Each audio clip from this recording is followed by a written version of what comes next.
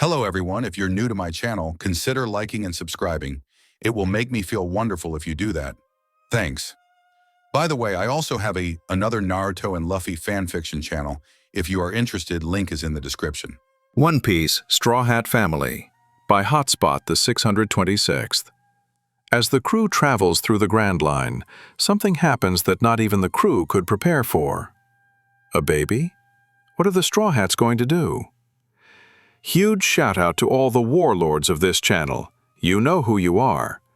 Want to stand among legends? Join the channel membership and show your support.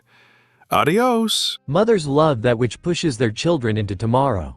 Thus, the story of Monkey D. Star was nearly complete, but now it was time to return to the present. The crew stood silently around Nami as she finished telling Mika, her daughter, of her grandmother on Luffy's side. All of them ever plainly shocked though also saddened by the story. The young girl was far more saddened, nearly to the point of crying again. As the storyteller, Nami had already grieved over this fact, but still frowned knowing her love has had some difficulties in this life. Wow, Usopp said, almost feeling uncomfortable with the knowledge he had learned. I never figured Luffy had any form of sadness in his life. Wah! Frankie cried out as tears feel like waterfalls from his eyes. As they did, he rubbed his eyes trying to clear the tears away, but could not. He let out another loud cry, poor Straw Hat. I never got to know my parents, but he lost his mom at such a delicate age. Wah, I'm not crying. Poor Captain, Brooke said sadly. He's always so cheerful and happy, Chopper said, feeling sad as well. Zoro grunted. It's because he's moved on that he is how he is. I don't think our captain needs us to pity him for something that occurred long before we knew him, especially when he's behaving fine. Robin nodded in agreement. Luffy seems to have long come to terms with his past. She then smiled and looked at Nami impressed, especially if he even told his wife about it. That idiot, Nami said, mad to the surprise of everyone. He helps all his friends without a second thought, but he doesn't share his own burdens with anyone. Nami? Sanji asked in concern. He was so stubborn, she commented in frustration. I had to threaten him with divorce before he would actually tell me anything. Surprised, Usopp gasped. Wow, Nami, that's a little harsh, don't you think? I wasn't actually going to go through with it, plus, we weren't even married yet, so it would have been pointless. Did he even know what a divorce is? Asked Zoro, suspicious. Before I told him, no, Nami stated matter-of-factly. So, spoke Frankie, sounding slightly concerned, after you threatened Straw Hat Bro, he told you about his mother? Yeah, Nami said as she started looking sad as she recalled the moment, but you should have seen him. In Nami's mind, the events of 2 days ago played through mind. She stood in hers and Luffy's room, looking at the man as he sat on the bed. Luffy didn't look like his cheerful self, but rather, he appeared sad and depressed. Though she had been mad earlier from his stubbornness, Nami was now looking at her husband to be in shock. She was shocked by the story of his mother's death, but more so, she was shocked by the tears falling from his eyes. She had never seen Luffy cry over anything. She had at first began to regret her decision to force her love to tell her what was bothering him, but on the other hand she was also glad. This was a moment they were sharing together, not with the crew, and it was personal. Nami then went up to the man and hugged him, giving him as much comfort as she could give. Remember, we're a team, Luffy. If something is bothering you or you're feeling down, I'll always be here for you. You've given me support when I needed it, so let me be yours, please. I had never seen him like that. It was almost heartbreaking knowing that someone so strong and cheerful had his own share of sadness in his life. The crew remained silent as they were caught by surprise by Nami's statement. Never would many of them think their captain weak in any situation, but it was surprising how human their captain could be. The man that smiled at death, laughed at danger, and bravely fought with all his strength. In a way, it was almost relieving. Then, Nami felt a tug on her shirt and she looked down at Mika. The little girl had been quiet throughout their talks, but now she looked like she wanted to say something. She spoke sounding confused. Is Daddy sad now? Nami was a little shocked by the question. Of course, hers and the crew's conversation was hardly comforting for a little girl in her emotional state. But thinking over her question, Nami realized that there was a very simple answer. No, she said, smiling down at her daughter, Daddy isn't sad now. Mika's eyes widened with surprise. Because, Nami continued as he bent down to Mika's level, he has us. You, me, and the whole crew. And we're not going to make him sad, right? Instantly, the little girl smiled and nodded. Yeah. Yeah, shouted Usopp, Sanji, Chopper, Frankie, and Brook cheerfully after Mika. Zoro and Robin did not speak, but it was evident on their faces that they too agreed. Even nodding to show it as well. Mika, in seeing her family in high spirits, giggled with excitement. Suddenly, her stomach let out a low growl. Unfortunately for her, the whole group heard her, and all of them began laughing. The little girl quickly stopped giggling and began blushing in embarrassment. Sanji was the first to finish laughing. I know that sound all too well, he commented before he stepped forward towards Mika. He then asked the young girl, would the young madam like to have lunch now? Still embarrassed, Mika let out a nod. Yes please, she said quietly. Then, she followed Sanji as they headed back to the Sunny. Lunch sounds good right about now. Robin commented with a smile before she started walking after Mika and Sanji. Hearing Robin, Sanji was instantly enamored. Hi, Robin Schwan, he declared without hesitation. I'll make you anything you want. All right, cheered Frankie as he, Zoro, and Brook joined the archaeologist. Let's get some lunch. As everyone began heading back, Usopp was the only one looking concerned. Hey, wait, he called out, stopping everyone momentarily. What about Akio? And Luffy? Nami, having stood back up once Mika left, looked at the long-nosed sniper. I told you already, she said confidently before walking forward to join the others. Luffy will take care of it. Akio didn't know why he was running through the forest with no clear destination in mind, nor did he know why he had shouted at Mika's mother, who had been nothing but nice to him, but what he did know was that he didn't want to see anyone. The loss of his mother had been hard on him, and though he tried to be strong, it was too much for him to do. So he ran away from his mother's grave, hoping that it was a bad dream and that he would wake up in his bed with his mother, healthy and happy, preparing breakfast. Unfortunately, as he was running blindly in a forest, the various scratches from branches and bushes kept constantly reminding him, this was not a dream. While running, he never took the time to notice his surroundings. Of course, most of it was forest, but he failed to notice that there were others in this forest.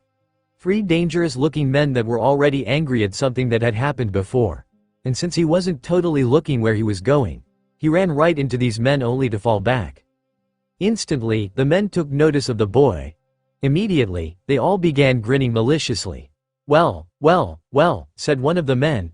Look who's returned. The little punk we used to catch the Straw Hats. After recovering, Akio looked up to see the men.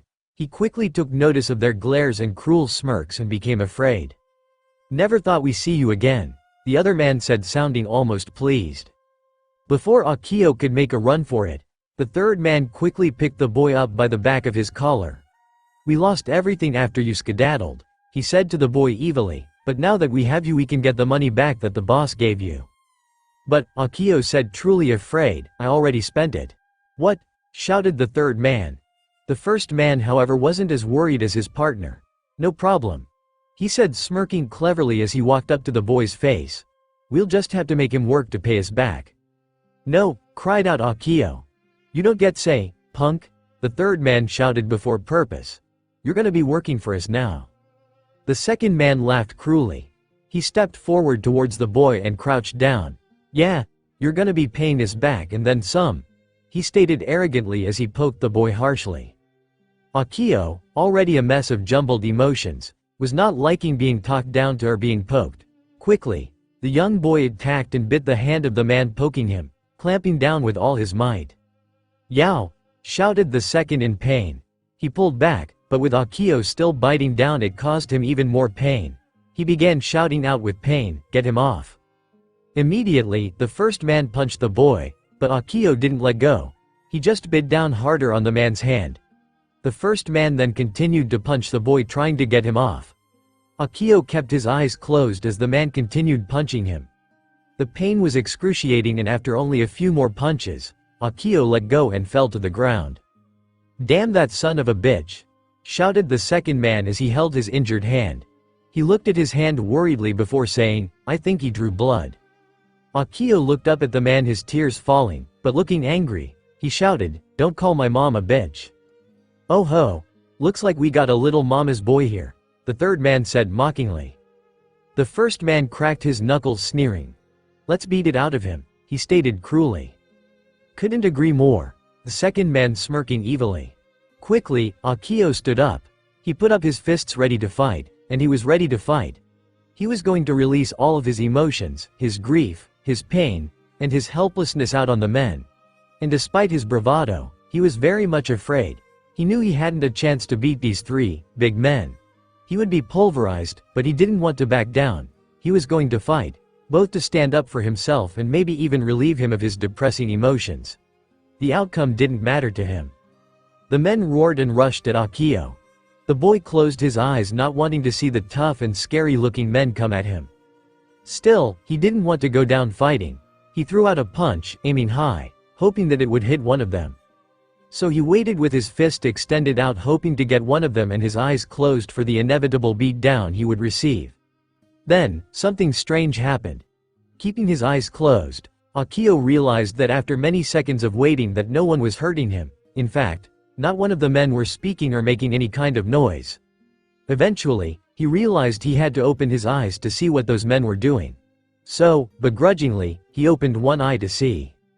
"Hi." Immediately, the happily grinning face of Luffy greeted the young. "Ah!" screamed Akio before falling backwards from shock. Seeing the boy fall back, Luffy snickered, amused. He then stood up and extended his hand out to the boy, looking cheerful. "You all right?" he asked, curious. Breathing out heavily to calm his nerves, Akio at first just stared at the man, surprised to see him. He eventually calmed down and looked at the man's hand before taking it. "Yeah," he said numbly as he was helped up. "Good," Luffy said happily. "What are you doing here?" Akio asked immediately. "And what happened to those three guys?" "Hey, I beat them up, easy," Luffy stated proudly as he pointed his thumb back behind himself. Curiously, Akio looked behind the man. He found that what the man said was true. All three men were knocked out, and in various positions, one of which was currently stuck in a tree. He was surprised at first, but then he remembered who this man was and actually found it rather believable. "And I'm here because," Luffy said, continuing his explanation, "I had an offer for you, Akio." Akio looked at the pirate in disbelief, then in annoyance. He told the man, "Look, I've already had enough of bad deals for one day. I want you to join my crew," Luffy flat out stated without hesitation. Shocked, the chocolate brown-haired boy looked at the man again in disbelief. He wasn't sure if the pirate captain was being truthful or just messing with him. He decided on the latter, which just made him angry. "Yeah, right," he said before trying to leave. As the boy walked past him, Luffy instantly grew serious. "I'm serious, Akio," he stated solemn. Upon hearing the man, Akio stopped. He became even angrier as he still believed that man was not taking him seriously. He turned around shouting, "I don't want to be a. Your mom asked me to take you in," Luffy said, immediately interrupting the boy's shout. He didn't look back at the boy, but he figured the boy was stunned by what he said. After a moment, he continued, "I told her that it was up to you what you did." Akio said, almost speechless. "It's still your choice, Akio. Only you can decide how to live your life." Luffy then began walking forward. Before leaving, he glanced back at Akio, flashing him his trademark, happy grin. "Just try not to regret it," he said before leaving. Remaining silent, Akio looked over towards the direction the man went, only to find him already gone. He was alone now, forgetting that there were three unconscious men behind him, and for the first time in his young life he thought about himself. How odd it felt for him, having been helping his mother for so long. Now, he had a choice to make, one that he could make fully on his own. His mother had thought it a good idea to go with the Straw Hats, but did he want to leave for life at sea? There were great challenges out at sea, more so for pirates, and he wasn't sure he could handle that. He would be with the bad guys, though he admitted that these pirates were hardly bad people, and his mother knew that. Then, there was staying here. Already, he was in trouble with a gang. He had no family to count on or friends to help him, and he doubted many people on this island would be willing to help him out of charity. Still, he could make a life of his own relying on himself. But then, the Straw Hats had been very nice to him. and were probably the only people in the world that do care about him. Even his only friend, if he could call her that, was a part of the crew. Was joining the Straw Hat Pirates the best thing he could do? Akio had contemplated these thoughts for a while. Then, there came some rustling in the large bushes that broke Akio's thoughts. He looked over at the bush in surprise, wondering who it was coming out. He hoped that it wasn't more gang members. Fortunately, when the figure stepped out, it turned out to be just Luffy. "Huh?" said the man before looking around confused. "I was sure this was the way to the sunny." "What? No, it's not," Akio said before pointing in a direction. "It's that way, on the east shore." "Right. Where it's wetter," Luffy stated confidently, smiling. Immediately, Akio slapped his hand onto his face. Even if he was a kid, even he knew that's not how the cardinal directions worked. He realized that this adult was going to need some help. "Come on," the boy said slightly annoyed, "I can lead you back." "Oh, thanks," Luffy said in gratitude, keeping his smile. The chocolate brown-haired boy didn't respond back. He started leading the man back towards his ship. Luffy was happy enough as he followed the boy, not even recalling the time when the same boy had led him and his crew into a trap. He fully trusted the boy. As the two trudged through the forest, while Luffy happily and badly sung his island song, Akio remained silent as he focused on getting the man back to his crew.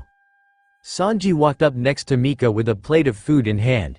He set the plate and drink on the table she sat at. It was a simple meal of drumsticks and an assortment of vegetables. "Here you are, Mika Heim," the man said to the little girl politely. At first, Mika was excited until she saw the small veggies on the plate. Instantly, she looked at them with disgust. She instead grabbed the chicken leg and thanked the man for the meal. "Thank you, Uncle Sanji." The little girl's polite gratitude hit Sanji's heart like a familial love arrow from Cupid. The man swayed Aru up. "Ah, so cute." Also sitting at the table, Nami watched on, not looking amused. "You're going to eat your vegetables, young lady," she told her daughter sternly. In response, Mika looked back at her mother, seemingly copying her expression. "But they are gross," she stated coolly, "and Daddy doesn't eat them." The blonde chef chuckled as he collected a few dishes, glasses mostly, "Not for the lack of trying, Heim," he said before leaving to take the dishes back to the kitchen. "Oh, believe me, Missy, your father will be eating his when he gets back." "Nah," Mika stated in a bratty tone. She then took a bite out of her chicken, acting as if she was right. Nami then placed her hand on her forehead. "There's no way I was this bad, right, Belmir?" she asked as if her own mother was present. She imagined, in heaven, she was laughing it up.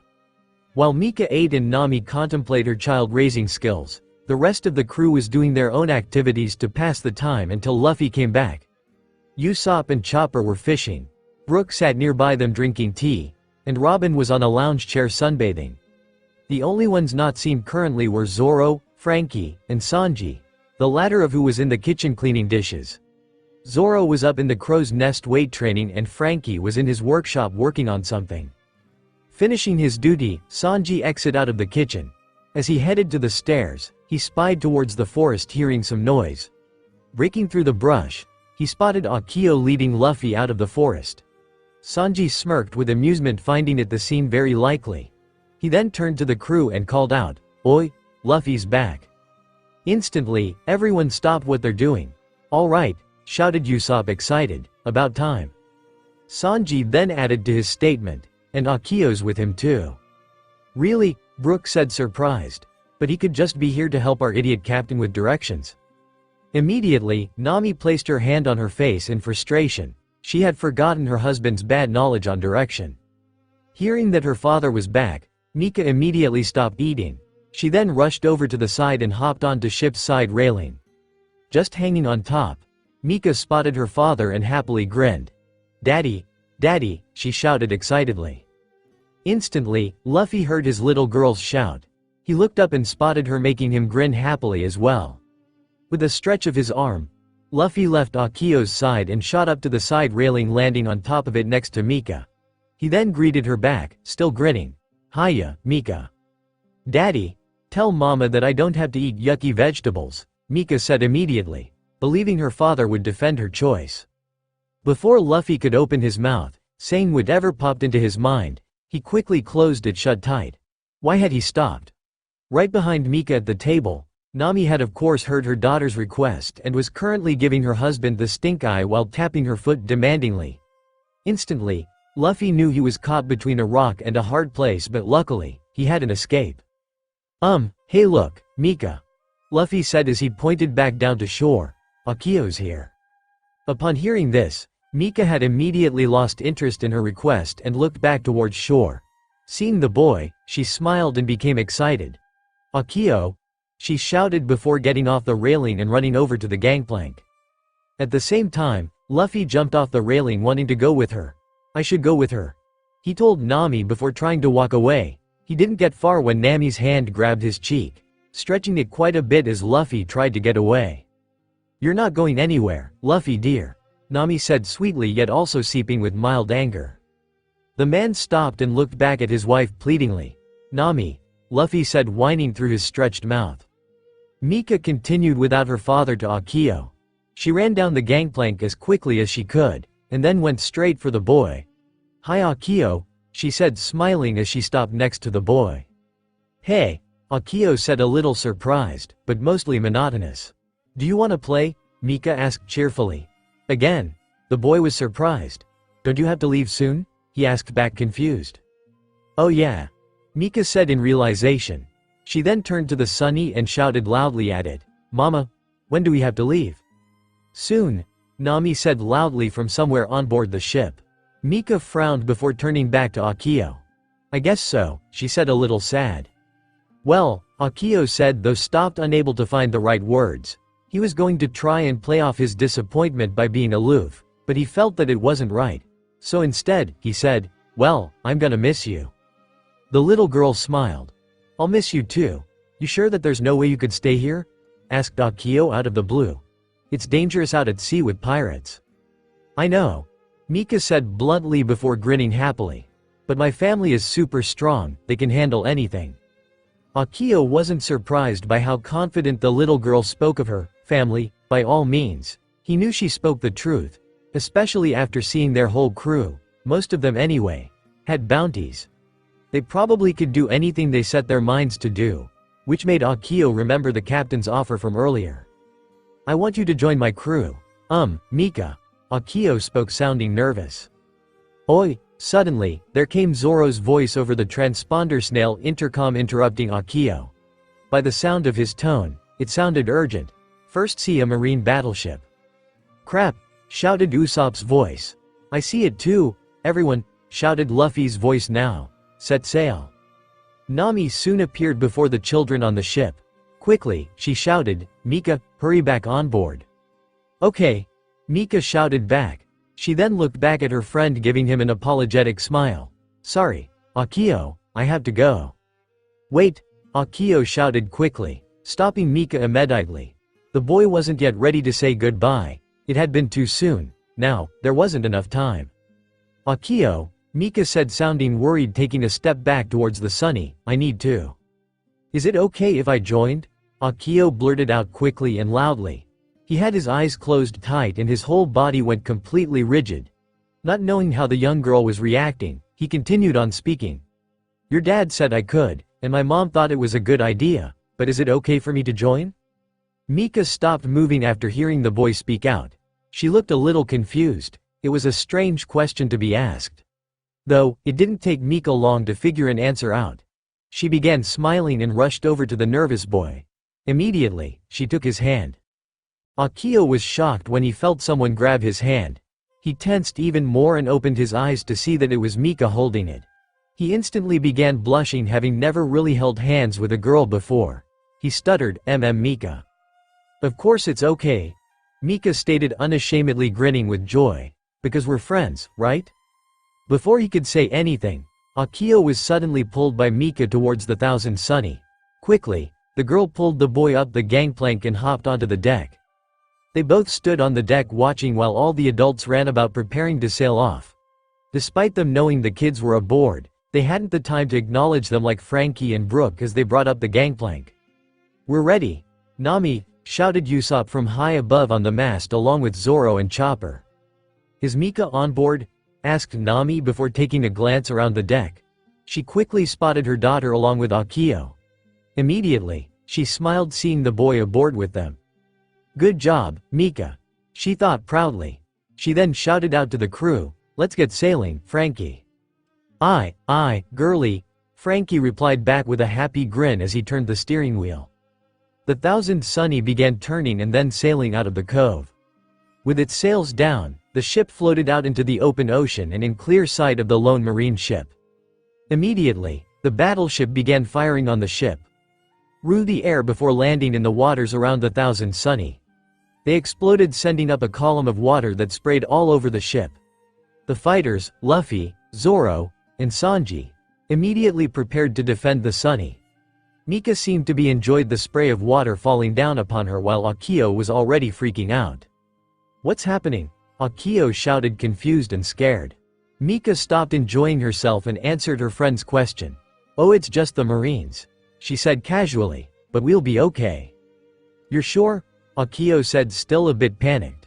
Nodding, Mika happily grinned, proving her confidence. Then, she suddenly had a thought. "Oh wait. What?" shouted Akio, now back to panicking.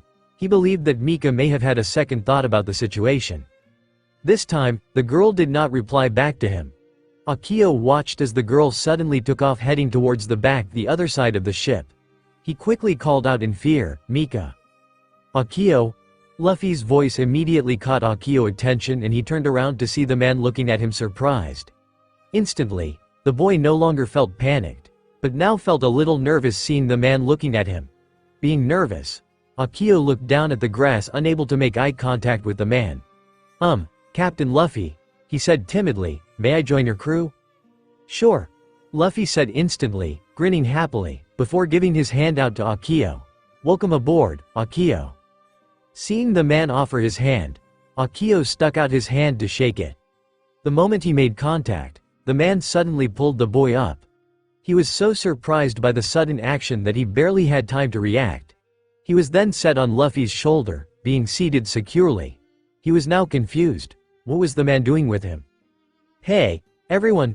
Luffy shouted loudly for the whole crew to hear. "We've got a new crewmate." Robin chuckled upon hearing her captain's shout. "Wonderful," she commented amusedly. "Great," Zoro said, uninterested. Afterwards, he jumped up and sliced through 2 cannonballs with his 2 swords. "That's super, Straw Hat," shouted Frankie joyfully, giving out a thumbs up. "Yo-ho-ho-ho," chuckled Brook as he walked up next to the boy. He then lifted his hat and bowed towards the child politely. "Welcome aboard, Mr. Akio." "That's great," shouted Usopp happily from atop the mast. "Welcome, Akio," shouted Chopper, overjoyed. "Thanks," Akio said, though still a little nervous. After kicking 1 cannonball into another and then landing, Sanji also gave out his congratulations. "Just try not to do anything funny with our Mikaheim," he stated seriously. Instantly, Sanji realized something and began looking around concerned. "Speaking of, where is Mikaheim?" he asked curiously. He eventually spied the girl over on the other side of the deck, towards the Marines. She seemed to be waving. At the same time, on the Marine battleship, while the Marine soldiers fired on the pirate ship, Commodore Smoker was overseeing the attack. As always, he looked far from pleased with his men's work as they had yet to stop the boat. Of course, in part to missing occasionally, their target was well defended as well, which only furthered his frustration in not being able to capture the Straw Hat pirates. He soon began walking around the deck, overseeing the men's aim and trajectory of the cannons. While he did so, he spotted Tashigi at the bow of the ship spying at the enemy through binoculars. As he approached the woman, he noticed that his trusty second-in-command was smiling affectionately and oddly cooing. "Ah! Tashigi!" Smoker shouted suddenly. "Ah!" screamed Tashigi, nearly dropping the binoculars. She then immediately replied back while blushing embarrassed. "CC Commodore Smoker, sir." "What in the blazes are you looking at?" Smoker asked rudely before also taking the binoculars from the young woman. As the woman had done, the Marine officer looked through the binoculars towards the Straw Hats. The sight he saw shocked him greatly. Through the binoculars, Smoker could see nearly all the way to the Straw Hats' ship. There, waving right back at him happily and carefree, was the little girl Mika that he had helped out some days ago. She unashamedly waved back to them, him and Toshigi, probably sending her farewells to them. He could see why his second-in-command was gushing earlier, but the man himself would do no such thing. His pride would never allow for that. Rather, it just proved to make him a little angrier. He then watched as Black Leg Sanji appeared in his scope. He looked down at Mika, and then out towards his own ship. The blonde man apparently freaked, probably from seeing him, and then took Mika away from his line of sight.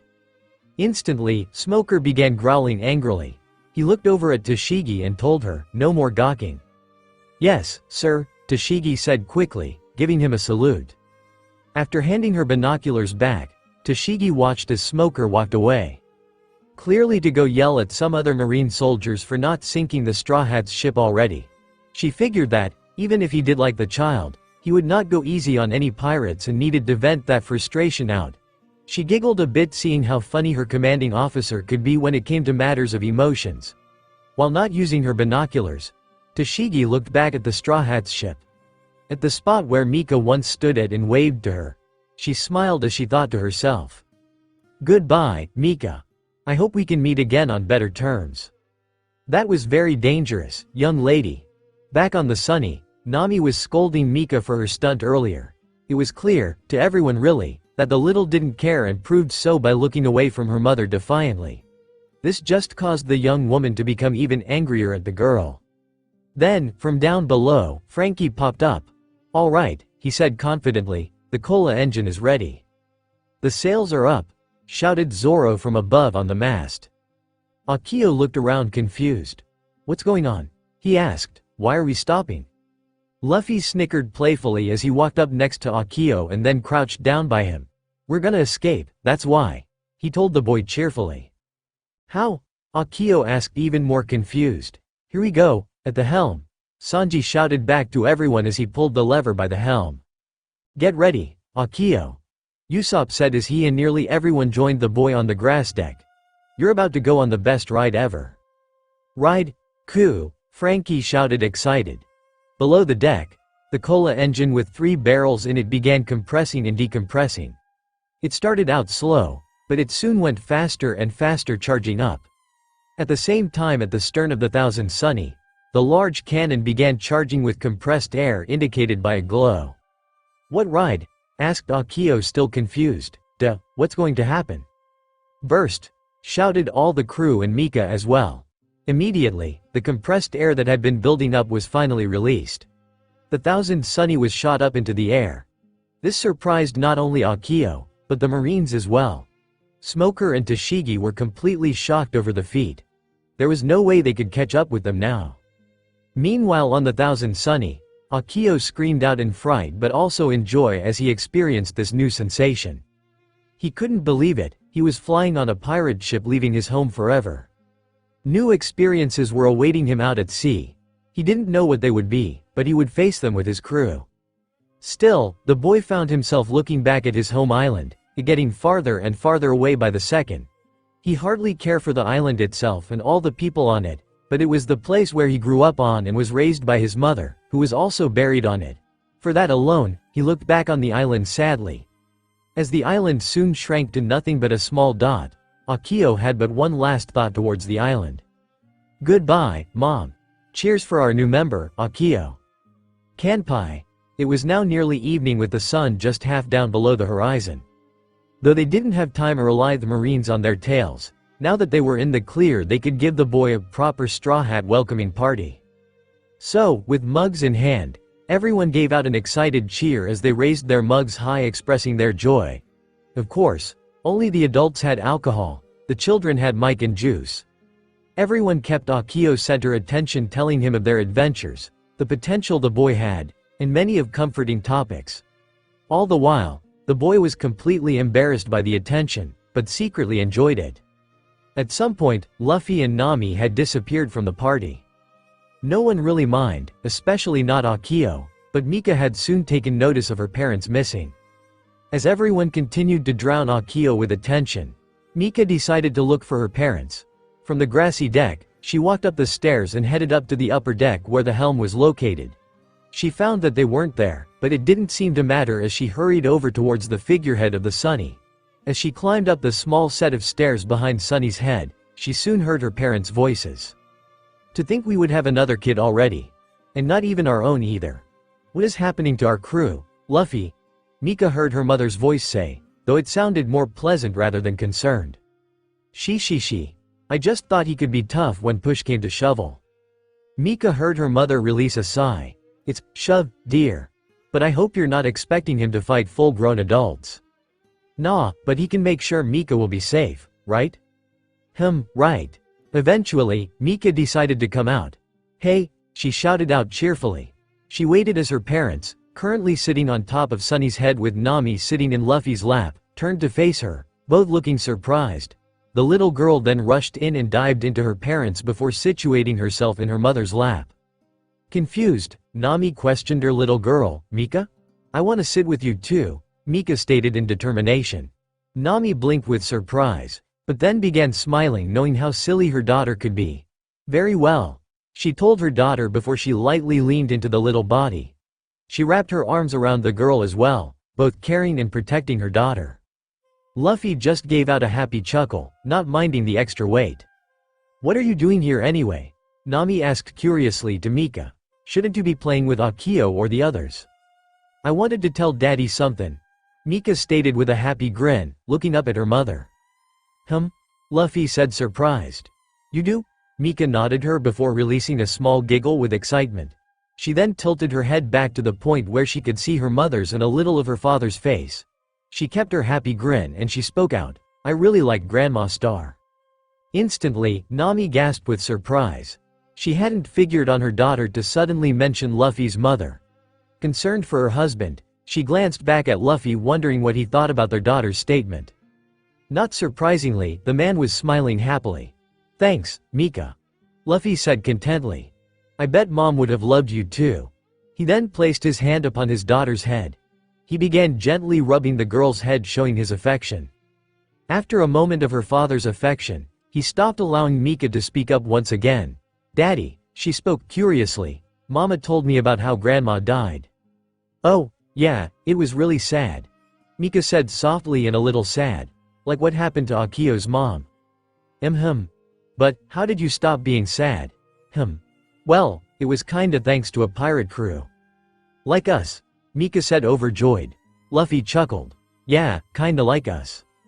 A month after Star's death, the people of Windmill Village had begun recovering. It was a rough few weeks, with everyone's spirits down, but they eventually began moving on with their lives. No one would ever forget Star, so they held the brave, young woman in their hearts. This was the same even for those closest to the woman. Whoop Slap had recovered well and soon began yelling at all the young adults again for being so carefree. Makino had recovered her own happiness as well even if she was now missing someone important in her life. Taking care of Luffy had given her a special kind of joy, one she expected that Star had when she was alive. And Luffy, he recovered, but he wasn't the same boy he was when his mother was alive. Though he could be cheerful and excited for anything like always, there was an obvious hint of sadness still lingering. Both Makino and Whoop Slap hoped that one day the boy would be able to smile and be happy earnestly. And that day would come sooner than they ever thought. Pirates! Pirates are coming! A crier ran down the street through Windmill Village repeating the same word over and over again. Of course, he had every reason to. Approaching the docks, with its black flag waving high and proud, was a pirate ship. Thanks to the man's shouts, many people took notice of this ship and then immediately took off running. Most went into their houses, others hid behind buildings or other large objects. Eventually, the large pirate ship docked at Windmill Village's port and the pirates began walking out. In a large group, they walked through the village silently and with purpose being led by a man in a straw hat with red hair. The villagers watched in fear as these men walked through town. All the while, wondering what they would do to their small village. This pirate group eventually found what they were looking for, a bar. Party's bar. As the whole pirate crew waited outside, the leader of the group walked inside. Once inside, he spotted the bartender, Makino, with her back turned against as she cleaned some dishes.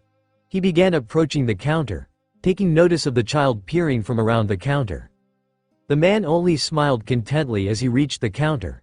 He then gave a tap on the counter before speaking. "Excuse me, miss." The man said politely. Makino, who was trying to ignore the pirate, was surprised when she heard the man speak so politely.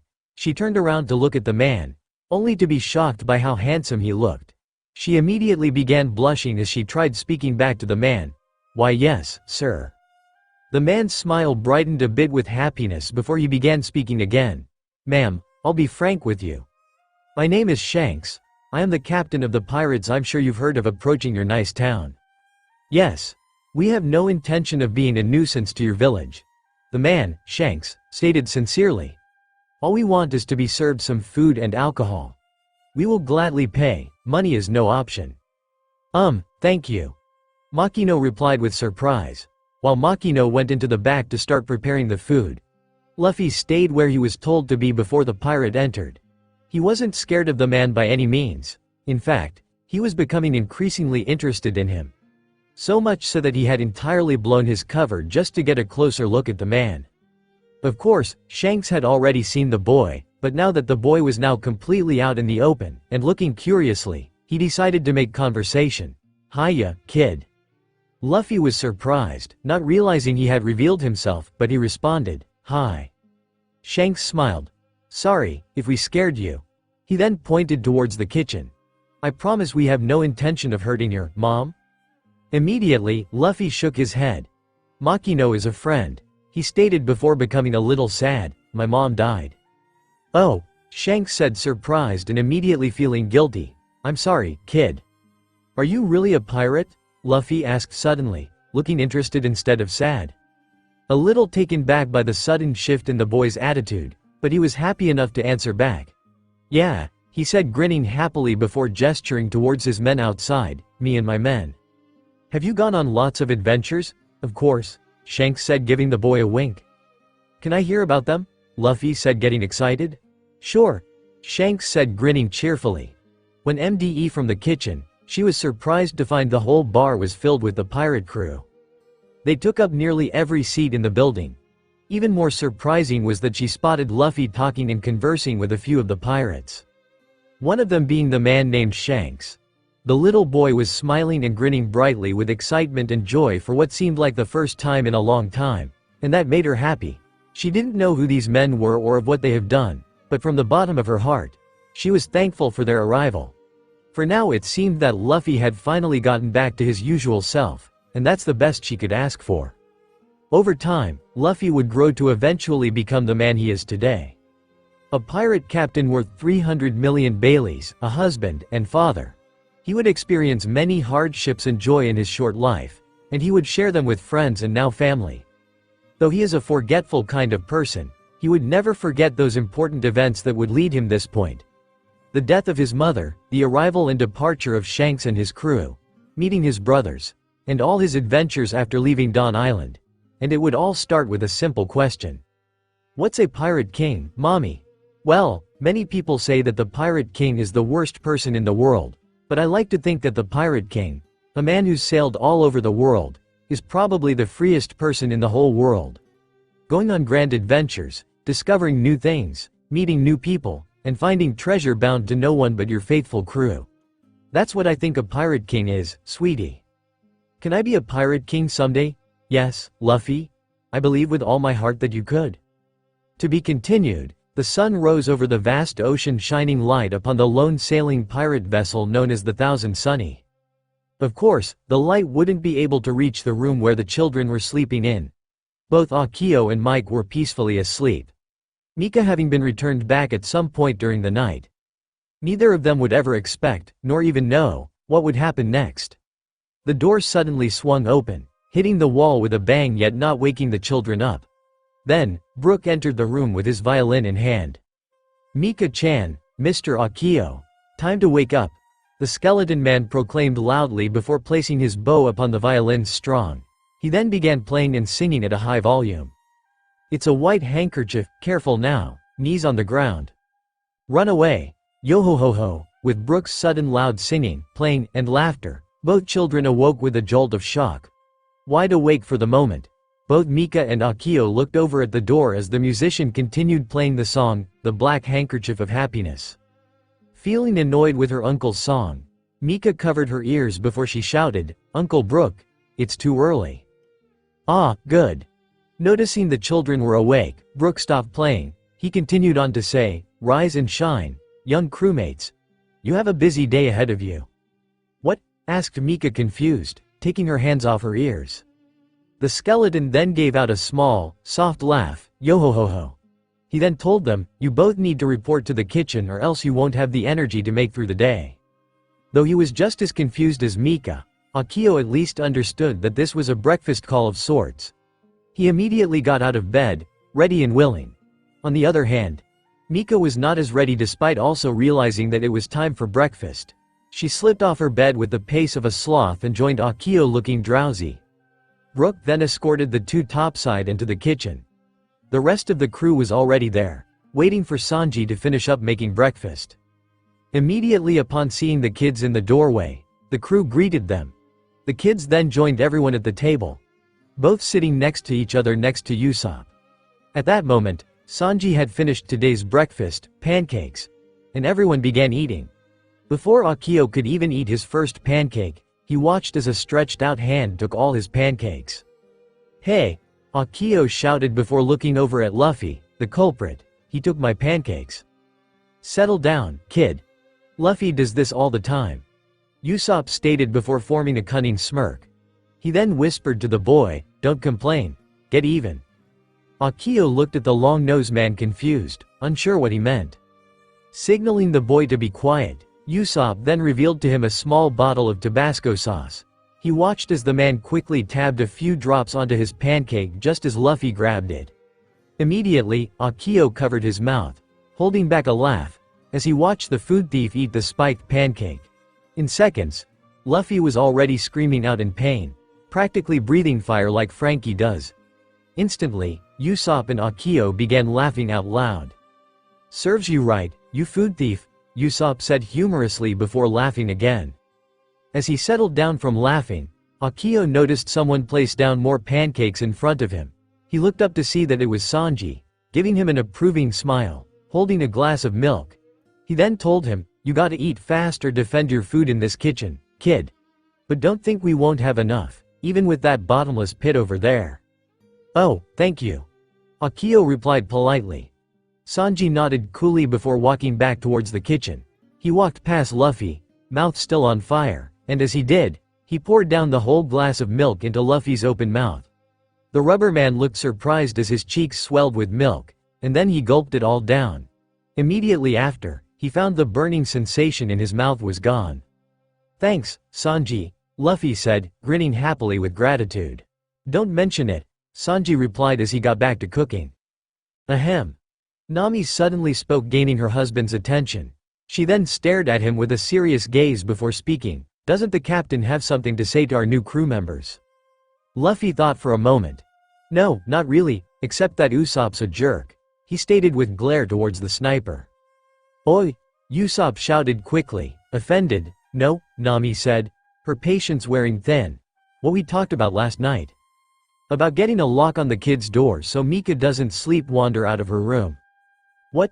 Mika shouted surprised. She didn't completely understand what they meant by that, but she was sure it meant she couldn't sleep with her parents any longer. Nami placed her hand on her head, rubbing it to ease her headache. "Never mind, I'll just tell them," she said exhausted before turning to the kids. "Today, we're going to start your duties as cabin kids." Akio looked at the woman confused. "Cabin kids?" he asked. "Like cabin boy, but since we also have a girl it sounded better," Frankie stated. "Oh, wait, huh?" Mika said looking at her mother confused. "Yes, Mika. That means Akio and you will be doing small chores around the ship," Nami stated clearly for her daughter to understand. "Why me too? Because it wouldn't be fair for Akio if you get to laze about and have fun while he works. Besides, it's about time you did more around the ship." Of course, Mika didn't like this idea. She immediately began looking around the room, hoping one of her family would speak out against this injustice. But no one looked interested. Disappointed, she then looked over at her father, lowering her head at him. "Daddy," she said before lifting her head up revealing her glittering and saddest puppy dog eyes ever. "Do I have to?" "Ah." Instantly, Luffy's heart was struck hard like an electric jolt. He then looked over at his wife looking conflicted. "Nami." Nami crossed her arms, unimpressed. That's not gonna work. Everyone, seeing that her father wasn't enough. Mika shot her sad gaze at the rest of crew. Much like with her father, she had immediately hooked nearly all of them. Only Zoro and Robin remained unfazed. Nami, whined those crew members hooked under Mika's spell. Enough!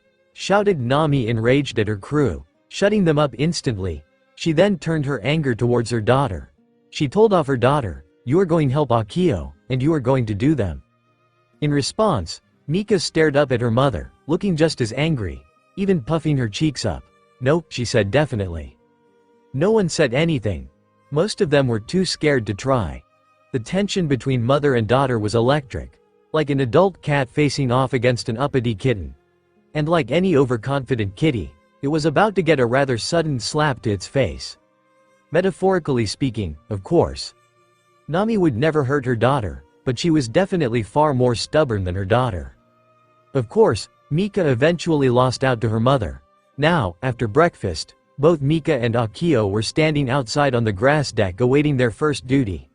Akio looked attentive and ready while Mika was acting sour, still angry that she had to do chores. Soon, Usopp and Frankie arrived bringing up 2 push mowers with bags attached to them.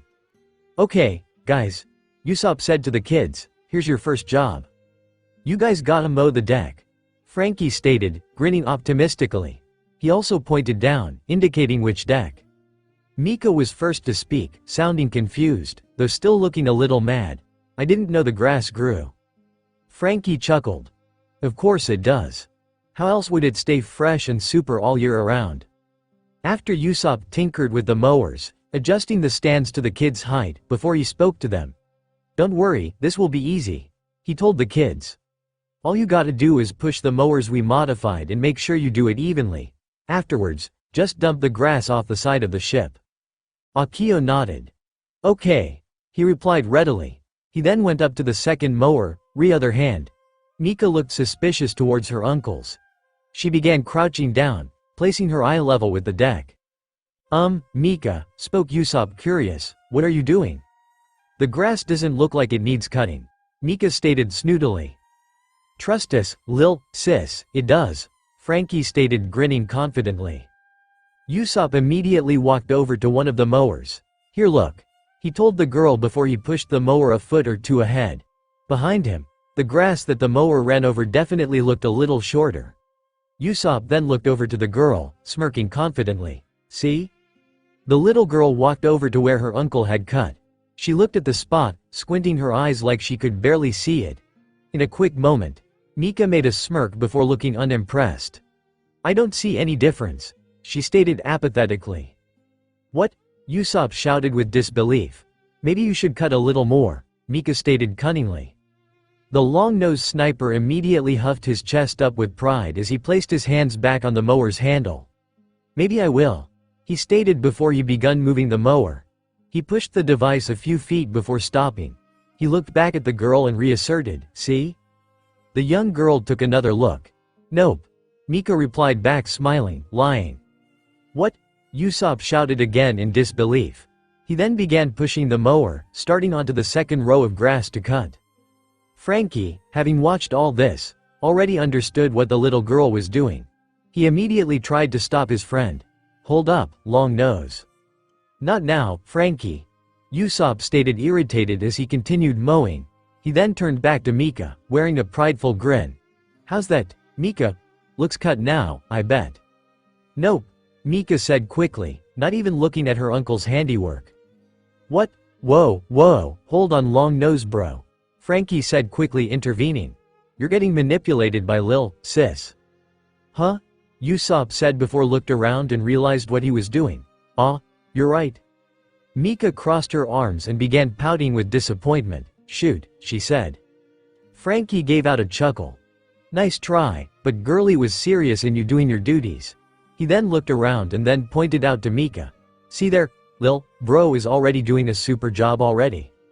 Mika, along with Usopp, looked over towards the other side of the deck. While they did their thing, Akio had already went off to start working. In only a few short moments, the boy had already finished off 2 rows of the deck and starting on a third. He looked pretty content and happy doing the job. The cyborg then looked back at the little girl, smirking. And he hasn't complained at all, he stated teasingly. The young girl huffed up again, having been put in her place by her uncle. Seeing how she could no longer try to manipulate either of her uncles, Mika begrudgingly took the mower and started cutting the grass. All the while, she wore a grumpy face, making sure that her family could see that she hated this job. "Hey, don't be so grumpy," Usopp said lighthearted, having quickly gotten over being manipulated. Now, he was trying to cheer up his niece. "This job is easy and quick. And afterwards, you can play for a little bit until one of us has another chore for you." Mika looked back at her uncle and responded by sticking her tongue out at him. "This is cruel and unusual punishment," she stated after. Usopp laughed before waving his hand unconcerned. "Take it up with the Marines," he said as he began walking away with Frankie. "I will," Mika shouted back, getting the last word in before her uncles left. Going into his fourth row, Akio looked at his friend as the deck became quiet. He was not only that surprised she was doing the job, but also the quality of the job. "She sucks," he thought, irritated. "Mika," the boy spoke calmly. "You should probably mow a bit neater than that. You don't want to have to redo this." As she mowed, the young girl looked at her friend annoyed. "How can you like this?" she asked, sounding mad. Akio shrugged. "It's not hard," he stated, "and I'm used to doing chores." Mika frowned. "Well, I don't do chores. You're now," Akio said before continuing to mow. He only had a few more rows to go. Seeing her friend mow, Mika looked and compared hers and Akio's work. At halfway done, Akio's work continued to look neat and orderly. On the other hand, she was barely a fourth done with her side and it looked sloppy. Jealousy grew in her mind, remembering how her uncle praised the boy's work. Immediately, she began working a little more attentively, going back over the area she messed up and fixing it up. She then hurried to finish the rest of the job as Akio neared the end of his part. As he finished, Akio stopped mowing and looked over again to check on Mika. He was surprised to find that Mika was almost done, and actually doing a nice job of it. When did that happen? He thought, confused. And so, eventually, Mika and Akio finished mowing the lawn. "Lawn mowed. Check, good work you two on mowing," Nami said proudly as she looked over the children's handiwork. The young woman had been generally surprised to see that grass deck was cut and looking neat. She had half expected to see the lawn looking choppy and uneven, courtesy of her daughter acting out. For Akio, she expected a decent job and got a chore done well. She didn't know how or why Mika had actually done a good job, but she hoped that the same phenomenon would occur during the next chore. "Now, you two can clean the dishes." Mika and Akio stood in the kitchen, the actual kitchen part of the room, before a large pile of dishes from this morning's breakfast. The dishes were not actually stacked too high. Most were placed in small columns and organized into rows stretching to nearly half the kitchen counter. Silverware up front, sans knives, followed by glasses and mugs, and finally the dishes themselves. To the kids, this looked a bit challenging. The young girl looked up to her mother nervously. "Do we have to do all of it?" Nami looked down at her daughter unimpressed. "Your Uncle Sanji does this much every day," she stated matter-of-factly. "I'm sure you both together can do it as well." "Don't worry," said Sanji, sitting by the table with a notebook and pen nearby him. "I'll help out should you two need it." Akio looked over at the man surprised. He then gave a slight bow towards the man out of respect, saying to him politely, "Thank you." In response, Sanji shrugged though smiled in gratitude. "Don't mention it," he told the boy coolly. Nami soon took her leave of the two and left the room altogether. Sanji began jotting down notes into his notebook about recipes and ideas on improving them for his crew, mostly for the female crew members. Akio had begun the dish-washing process, filling up the sink with water and soap. Akio then looked at Mika, smiling with an idea. "How about you dry and I wash?" Despite the reasonable suggestion, Mika looked completely uninterested in the work. Instead, she had an idea. She turned to her uncle and called out to him, "Uncle Sanji, I need help. You take the dish rag and wipe it across the object." "Mika Heim," Sanji replied in disinterest. Mika was about to say something else, but found that she had already been cut off by her uncle. Worst, he wasn't even looking at her to allow her to cute her way into him working for her. So, ever determined, Mika tried again. Uncle Sanji, what's this? I know what you're trying to do, Haim. Sanji stated clearly, still not looking over at the girl. While a good effort, I will not let myself fall for the same trick that Usopp fell for. What? Mika shouted in disbelief. Unable to hold back, Akio released a snicker, finding amusement in Mika's disappointment. Even if she was wasting time, he could enjoy that the girl wasn't getting her way like she expected. Unfortunately for Akio, Mika heard his soft laugh. She looked over at the boy and glared at him fiercely. Feeling a need for vengeance, Mika turned to the sink. She scooped up a handful of beat them at Akio. The boy looked back at Mika, his face slightly covered in suds, unamused with her action. He immediately responded in turn. He dipped his hand in the water and then splashed the girl with the residue on his hand. Huh? Akio responded back, feeling superior. Of course, Mika did not like being one-upped. She placed her hand in the water and splashed the soap water at him. Akio hadn't expected to be splashed, but he definitely didn't like it. He of course responded back by splashing her back. Soon, both kids were splashing each other and completely forgetting their chore duty. Water and soap were spreading all over the kitchen. Obviously, their noise and splashing would attract Sanji's full attention. Kids, he said loudly as he stopped writing in his notebook. He then stood up and rushed to stop them. Stop that. Sanji didn't realize at first, but the floor of the kitchen was now wet with soap and water. Without conscious and proper footing, the blonde-haired man accidentally slipped as he entered.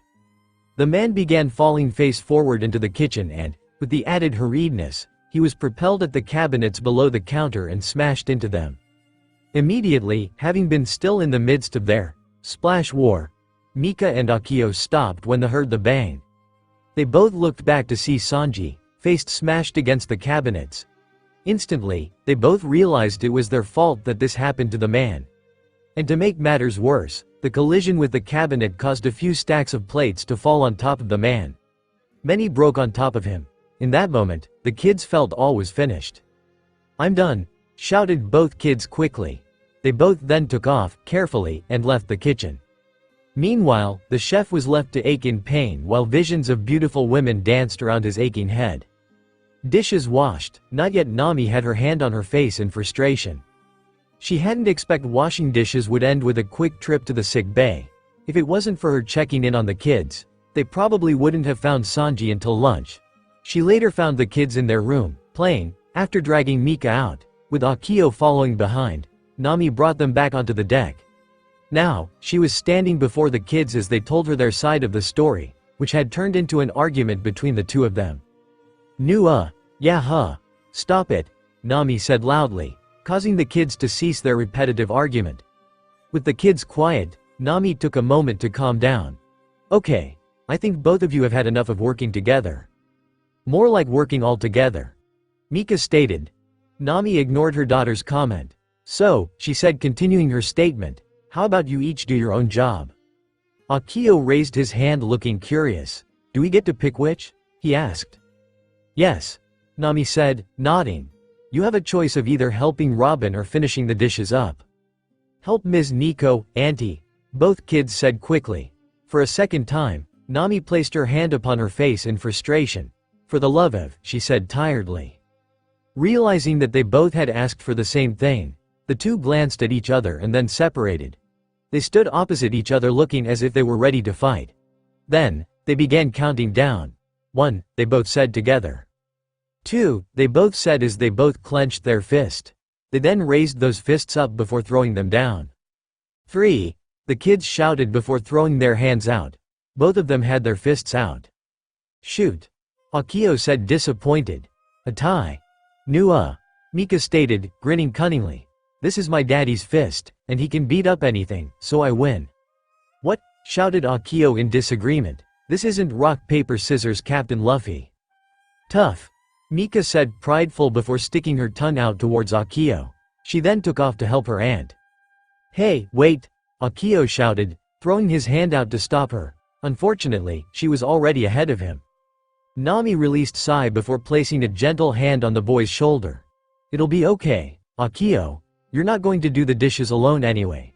I'm going to help you. Though a little bummed, Akio did feel better. Okay, miss. Monkey. He said, nodding in understanding. He then followed the woman back into the kitchen.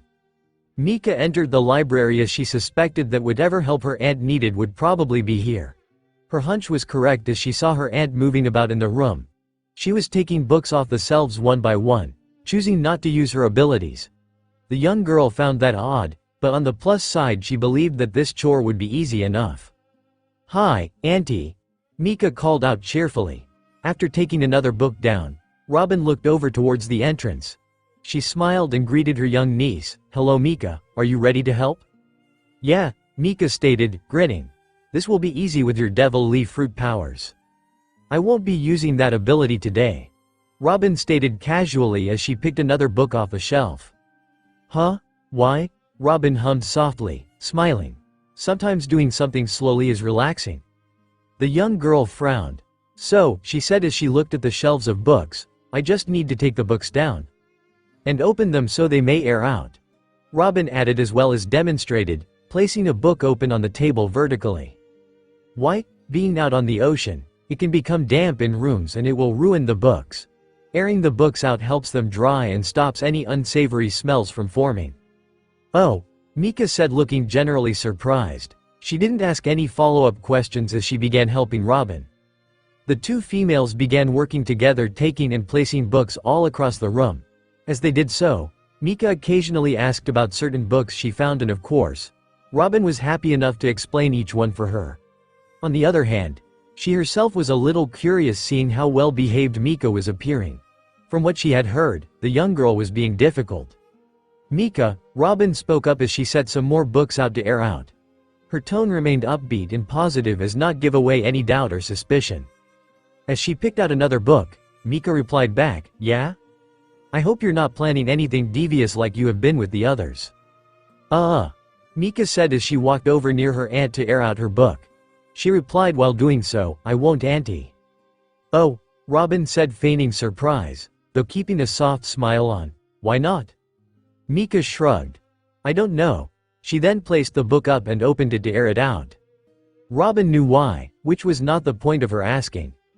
She knew Mika tended to calm down around her, and occasionally her mother, as she more than likely looked up to her. Being the only other female in the crew not directly related to her. While she doubted Mika knew it herself, the little girl seemed to have an instinctual understanding of when and who to act out against. As most of the men would react comically and childish, Mika could do nearly anything and sometimes get away with it, though not all the time. On the other hand, herself and Nami, while they could do the same but on different maturity levels, were more likely to rein the girl in and potentially reprimand her. Not like Robin ever needed to, since Mika behaved well enough within her vision. Nor would she, as she believed it is the duty of her parents to apply discipline when needed. No, she had asked simply to get to the root of the girl's current problem, her frustration. Thus, she followed up with another question, "Then, why have you been so determined to act out against the others?" While surprised by the question, Mika quickly frowned with anger. She soon turned around, looking away from her aunt, pouting and crossing her arms. "Because everyone else is being lazy," she stated, sounding sure of her statement. Immediately, Robin chuckled, finding the little girl's statement amusing. "Is that what you think?" she asked calmly, smiling. "Yeah," Mika said stubbornly. "Mika," Robin said as she approached her young niece. She beat her hand on the girl's shoulder, lightly and comforting, as she told Mika otherwise. "No one is acting lazy, we simply want you to have some responsibility around the ship." "I don't want it," Mika said, continuing to be stubborn. "Really?" Robin said, amused. "Do you not understand what it means that we are giving this kind of responsibility?" From Robin's tone, Mika became suddenly interested. She turned her head to look back at her aunt, showing her expression of curiosity and intrigue, yet also suspicious. Still smiling, Robin continued, "We're giving you these responsibilities because we trust you." Mika turned fully towards her aunt, now completely surprised. She remained silent, unable to think of anything to say. "As a child, we expect you to not always be by our side. We want you to be safe, but keeping you from harm won't always be enough. We want you to be able to take care of yourself if a time comes when we can no longer can, or should you decide to go on your own. In a way, you doing a few chores is our way of preparing you for that. Not because we are, as you put it, lazy." "Couldn't I just learn to fight instead?" Mika asked. Instantly, Robin gave out a chuckle. Maybe when you're older, but life skills are very important as well. Any fight that's not against someone near your own age, you should let one of the others handle it. Hearing all that, Mika frowned, feeling a bit ashamed of herself. Still though, her own feelings for the situation hadn't all been completely changed. I still don't like chores, she told her aunt. Robin still kept her smile. I don't expect you to like them, Mika. No one really does, but they are important for a number of reasons and we must do them. I only want you to appreciate all we have done and will do for you in future while also working hard for your own future, okay? The young Monkey D child didn't respond immediately. Mika took a moment to understand completely what her aunt told her. Again, while she still disliked the idea of chores and doing them, she understood a little of what her aunt said. Thinking about herself personally for once, she also understood that she didn't have much experience on her own. Learning how to do tasks like cooking and cleaning, while not exciting aspects for her, would be useful to her and all those she cared for. So, Mika finally responded with a nod and happy smile, okay. Proudly, Robin nodded and smiled back. She rubbed the child's head as well before standing up. Then, let's finish up the rest before putting them back on the shelf, she told the girl. What? Mika said, shocked. We have to put them back too. Robin laughed softly as she immediately went back to work.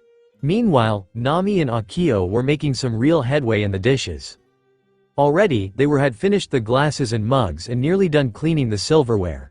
Unlike with Mika, they two's teamwork was far more functional. Nami was able to wash and rinse while Akio dried and placed the objects in their proper places, giving some to the woman when they were too high for him to reach. As they finished with the utensils, they moved on to the plates. When they began, Nami started talking with Akio.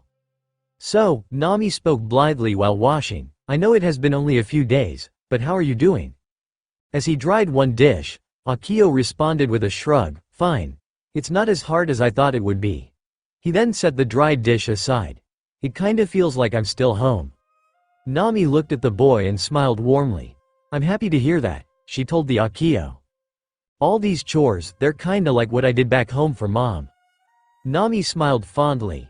Yuka raised a very good boy. She commented contently before her mood soured slightly in thinking of her own child. Unlike some little girl of mine. Honestly, Miss Monkey, I still don't like doing chores any more than the next kid, though Akio said that. He soon realized a slight difficulty in that statement. He gave out a nervous chuckle as he then stated, well, unless that kid is Mika. She's pretty bratty. Yeah, she is. Nami stated, agreeing without a hint of regret. Then, she gave the boy a light punch to the top of his head. Ow! Only I get to call my daughter a brat. Nami stated almost darkly, if I hear you say anything bad about my daughter again, I'll fine you 1 million Baileys for every word you say against her. Got it? A little scared now, Akio nodded profusely. Yes, ma'am, he said quickly. Upon hearing, Nami's mood lightened back to cheerful. Good, she said content before getting back to washing. She's scarier than the sword guy, Akio thought in silence as he got to drying dishes. After some time, both Mika and Akio finished with their chosen, or forced in Akio's case, chore. Once finished, both child and adult walked outside where most of the crew was also situated. When they all got there, the men seemed to be having a good laugh at the expense of one of their own. Shut up, you shitty bastards, shouted Sanji angrily. His head was slightly wrapped up, an indication from his embarrassing fall in the kitchen. None of the men paid any mind to the man's shout. Especially not Usopp, as he began acting out the scene. Here I come, Usopp said with his best Sanji impression. He then feigned tripping and falling, shouted out, oops. The long-nosed man then pretended to crash into the wall. Instantly, all the men laughed, especially Zoro. It's just as stupid as I imagined him to be, he stated mockingly. Instantly, by combination of both Zoro and the group's mockery, Sanji was enraged by his crewmates. So much so that fire seemed envelope his body, figuratively speaking. That's it, he shouted, I'm gonna fillet the whole lot of you. Having heard enough, Nami intervened. Ahem, she said loudly, making sure to grab the men's attention. All the men stopped laughing and Sanji ceased his fiery fury. They turned around to see Nami, not looking happy, along with the children and Robin. The orange-haired woman then asked, So, are we done being jerks? All the men went silent and nodded. Sanji, while doing the same, also calmed down and spoke to the navigator. Yes, sorry Nami, we. As he spoke, the woman suddenly grabbed his ear and pulled his in punishment. Ow, ow, ow, ow, ow. I heard you curse, Nami stated businesswoman-like, pay up. Though in pain, Sanji quickly pulled out a few belly bills and gave them to Nami. Of course, he told the woman apologetically. Nami accepted the money. Once she pocketed it and released Sanji from her grip, she then looked sternly at the rest of the crew. Don't think you guys are out of the woods, you're all helping with this next chore. What? Shouted the men, except for Sanji. Mika ran behind her mother and preformed Akanbei, the tongue sticking out and eyelid pulled down mockery action, mocking the men. Nah, she said jeeringly. You aren't free from this chore either. Nami quickly stated to her daughter. Quickly, Mika lost her boastfulness. Ah, man, she said disappointed. Curious, Chopper spoke up. What is the chore, Nami? Cleaning the decks. A collective groan came from only the most immature of the group. Luffy, Usopp, Chopper, Mika, and Akio. The others were more or less indifferent to the chore. Everyone was soon readied with equipment to begin. Mops for some, brush brooms for others, and a few drying rags for the youngest of the group. They were to soon begin, but then Mika had come up with an idea. She immediately told her mother her idea, and the woman found it interesting. Okay, Nami told her daughter with a smile, we'll try it your way. Mika responded with a happy grin, becoming giddy with anticipation. She then watched as her mother set her brush broom and pulled out her perfect clean attack. Cool ball. Nami shouted out as she began producing balls of cooled air into the sky. The rest of the group heard Nami. Curious, Brook was the first to ask, Miss Nami, whatever are you doing? We're gonna clean the fun way, Mika said cheerfully, replying before her mother could. This immediate tension, the fun way, repeated most of the group, sounding confused. On the other hand, Robin clearly understood what was going on. Very creative, Mika, she said complimenting her niece. Instantly, Mika giggled with joy and accomplishment. She. Akio though was still confused. But what is Miss Monkey doing? He said before he looked up into the sky. As he watched, he saw a cloud began forming and growing bigger. Whoa, the boy said amazed. You haven't seen anything yet, Nami told the boy as she continued feeding more cool balls into the cloud. Soon, the cloud was so large that it covered the entire 1,000 sunny and shade. She then stopped noticing it was the right size. Now, rain tempo. As if on cue, the cloud began pouring down rain upon the ship. The rain itself was rather light enough that it would only be a small nuisance to work in. In some regard, it was also refreshing. Of course, it wouldn't last long so the crew needed to work fast. Let's get cleaning everyone, Nami shouted out as she exchanged her clean attack for the scrubbing broom. Yeah, shouted the whole crew in response. Everyone quickly got to work. Since the decks were already and continuing to be wet, all the crew really had to do is place an appropriate amount of soap and clean. This would be easy for most, but for those who like to have fun it meant much more.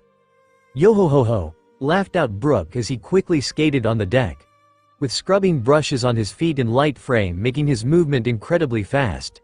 As the skeleton skated he created a large amount of bubbles in a quick amount of time. As big as a large mound. Once the musician was done, Usopp charged on through the bubbles with Mika standing on his broom. Both of them laughed out as they saw each other covered in soap bubbles. Mika soon shouted out in joy, again. You go it, Usopp said happily.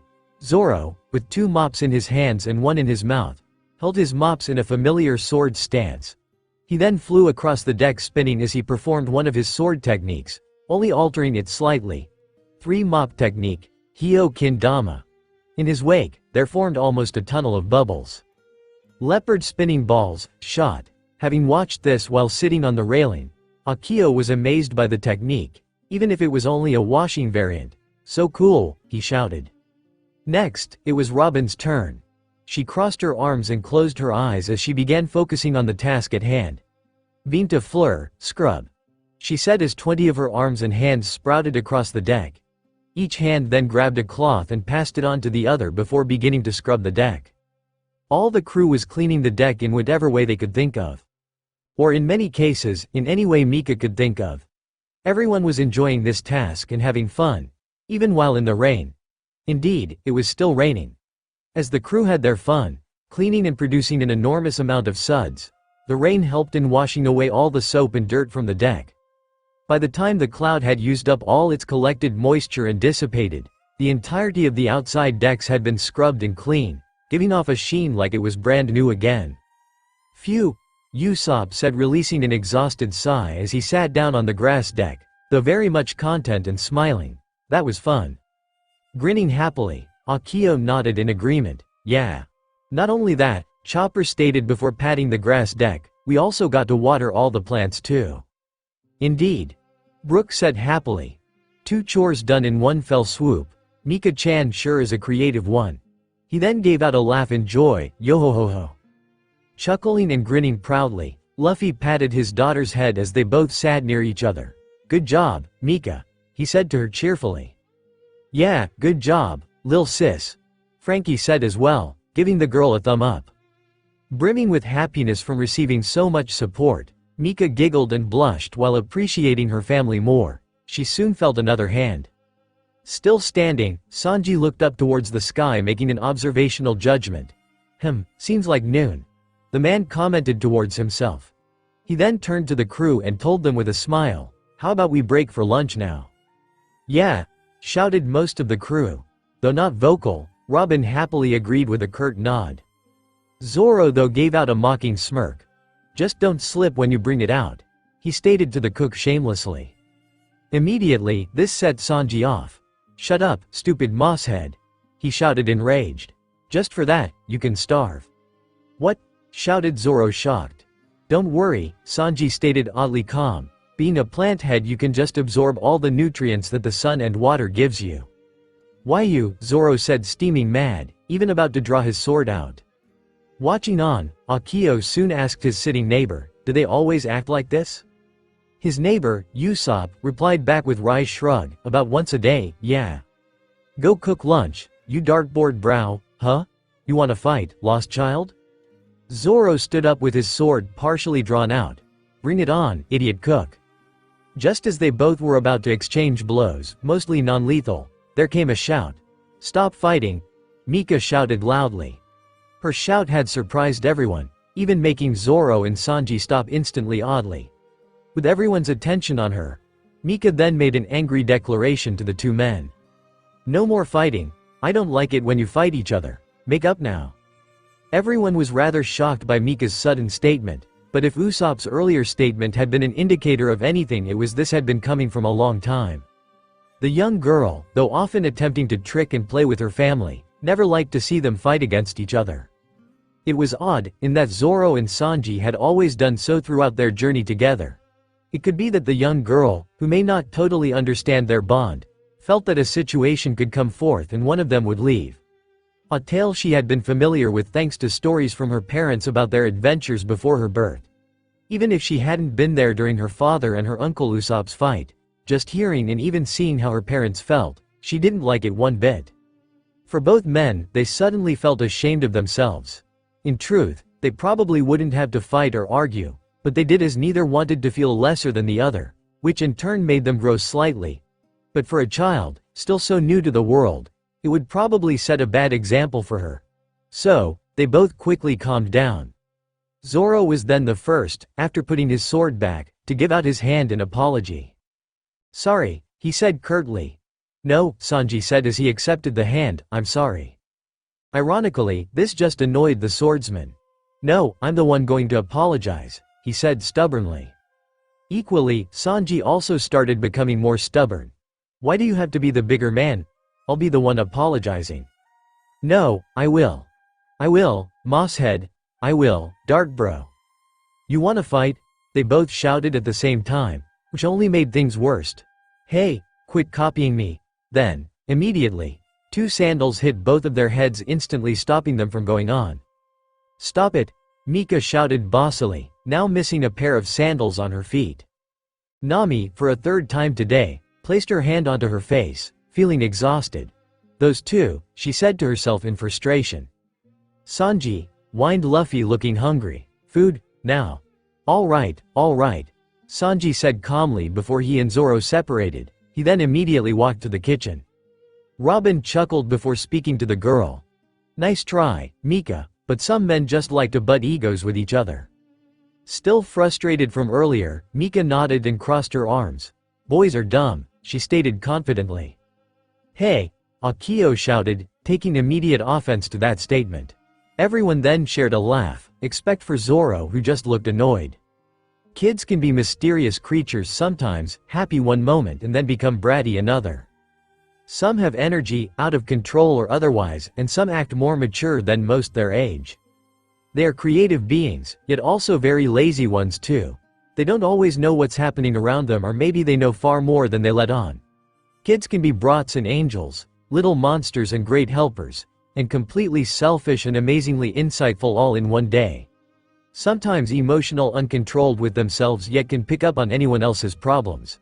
But the most important thing to understand about any child is that you should never underestimate them. Deep under the ocean of the Grand Line, sonar echoed through the water being produced by a rather festive and Hispanic-looking submarine. On its hull was painted a Jolly Roger, a sharp-looking skull wearing a tall sombrero hat with a maraca on either side. As this submersible vessel cruised through the sea, inside the crew was having a jolly happy time. With the submarine's interior looking like an old western tavern, it seemed that all the crew was celebrating. The men of this crew all wore fine clothes appearing similarly to the clothes worn by mariachi performers as they ate, drank, and enjoyed themselves wholeheartedly with the music playing in the background. Though while all these men partied, one of their members climbed a ladder to a second level of this room. Unlike the rest of the room, this part was dimly lit with only two large men sitting on comfortable couches. Both men looked distinguished, the thin one looking like a Mexico-styled cowboy with a guitar out, and the other more burly man appeared to be like a decorated luchador. Once the man had reached this level, he began shouting out to the two men, speaking with a slight Spanish accent. "Captain, Senor Colt." The larger of the two men, Senor Colt, spoke. "See? What is it?" he asked quickly. "There's a call," the crew member stated. "I think it's from Big Boss Shiki's people." Upon hearing the man's shout, the music stopped playing. Everyone in the room stopped talking and looked to the opposite side of the room, where their leaders sat. They all wondered what it is the Big Boss wanted and how their leaders would respond. "About time." Colt spoke, sounding impatient. "Sure kept us waiting. Bring me the transponder snail." "Yes, sir, right away," said the same crew member before taking off to do said duty. With that crew member gone, Colt then looked over to his partner. "You hear that, big bro?" he asked. "We might get to team up with Shiki's crew." The man gave out a snicker, thinking of both selfish and greedy things to potentially come their way. "If this pans out, we'll be in the Grande Leagues, just you wait." Before responding, the man's brother began playing on the guitar he had on him. He strummed a soothing noise, probably Latin in song origin, and played for many seconds. He soon finished playing, but then began to gasp, though looking happy. With his hair and hat shading over his eyes, it was impossible to tell what mood this man was in. Yet, his brother seemed to know. "Hey, big bro," Colt called out. Are those happy tears?" "Sad tears," the man replied, though keeping his grin. "The saddest, hermano Colt. I'm filled with a beautiful sorrow, ennui." Colt responded back confused. If Senor Shiki succeeds in the implementation of his odious machinations, the world will be drowned in a tidal wave of despair. See, when I imagine the thousands of wailing voices, crying out in agony, I feel simply, overwhelmingly sad. As he watched his brother gasp a few more times, Colt simply stared at his brother, unable to respond back. He felt that his brother could be deep at times, but he simply did not understand why he acted the way he does. Luckily, the previous crew member had returned back. "Sir," he called to Colt, holding at the device requested. "Here's the transponder snail." Looking away from his brother, Colt began grinning excitedly. "Good, I am through." The crew member placed the snail down and picked up the receiver. After handing over to Colt, the snail began speaking with the voice of the person, a flying pirate crew member, on the other end. Am I speaking with the captain of the Amigo Pirates, Captain Largo? No, this is Vice Captain Colt, but I'm speaking on behalf of Captain Largo. Very well. The voice said, sounding slightly annoyed, but continued on in a professional manner. This call is to inform you that Captain Shaki has decided to accept Mr. Largo into his assembly as our 51st pirate captain. Congratulations. Hearing this, the Amigo pirates gasped with astonishment. They had never expected such a big-name pirate to accept them into his armada of pirates. On the other hand, Colt chuckled with pride. Well, of course, he replied back happily. However, spoke the man on the line quickly, there is one condition. Huh? A mere formality that must be completed before you join? Oh, catching the captain's interest, Captain Largo asked out, on condition? From deep below the sea to sailing back on top of it, we turn now to the Thousand Sunny as she lazily sailed through the Grand Line. It was another bright and sunny day. How odd for the Grand Line, and already some of the crew was facing a major dilemma. Sitting off the side of the ship, 6 fishing lines were cast off the side of the Sunny. Each line belonged to one crew member. Luffy, Mika, Usopp, Akio, Brook, and Chopper sitting in that order. Each one wearing a new outfit different from their regular ones. Still no bites. Chopper said worriedly. He was currently in his brain point form wearing a black bandana over his head in place of his regular hat. He wore a green shirt with a cute picture of a tiger on it along with some pink shorts. Where are you, fish? Asked Brook rhetorically and downtrodden. While still wearing his black, top hat, Brook now wore a pink bandana around his neck. His shirt was a light purple with Japanese kanji written down in gray pants. Looking frustrated, Akio blew his hair up annoyed. Why can't fish just jump on board already? He asked as well and also rhetorically. The boy was currently wearing a sleeveless black shirt and green shorts that pass his knees.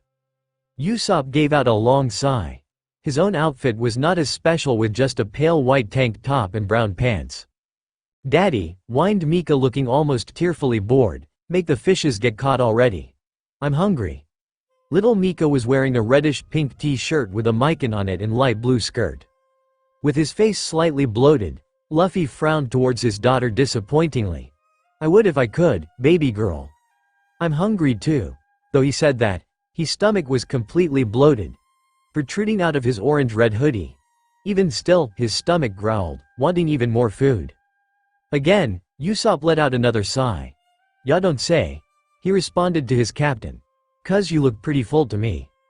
Well, we have been eating giant banquets every night. Chopper stated, releasing out his own sigh. Our stomachs expanded. And as a result, we need to eat more to fill them up. I know. Brook stated as his cheeks, or lack of, began blushing while he rubbed his facial bone.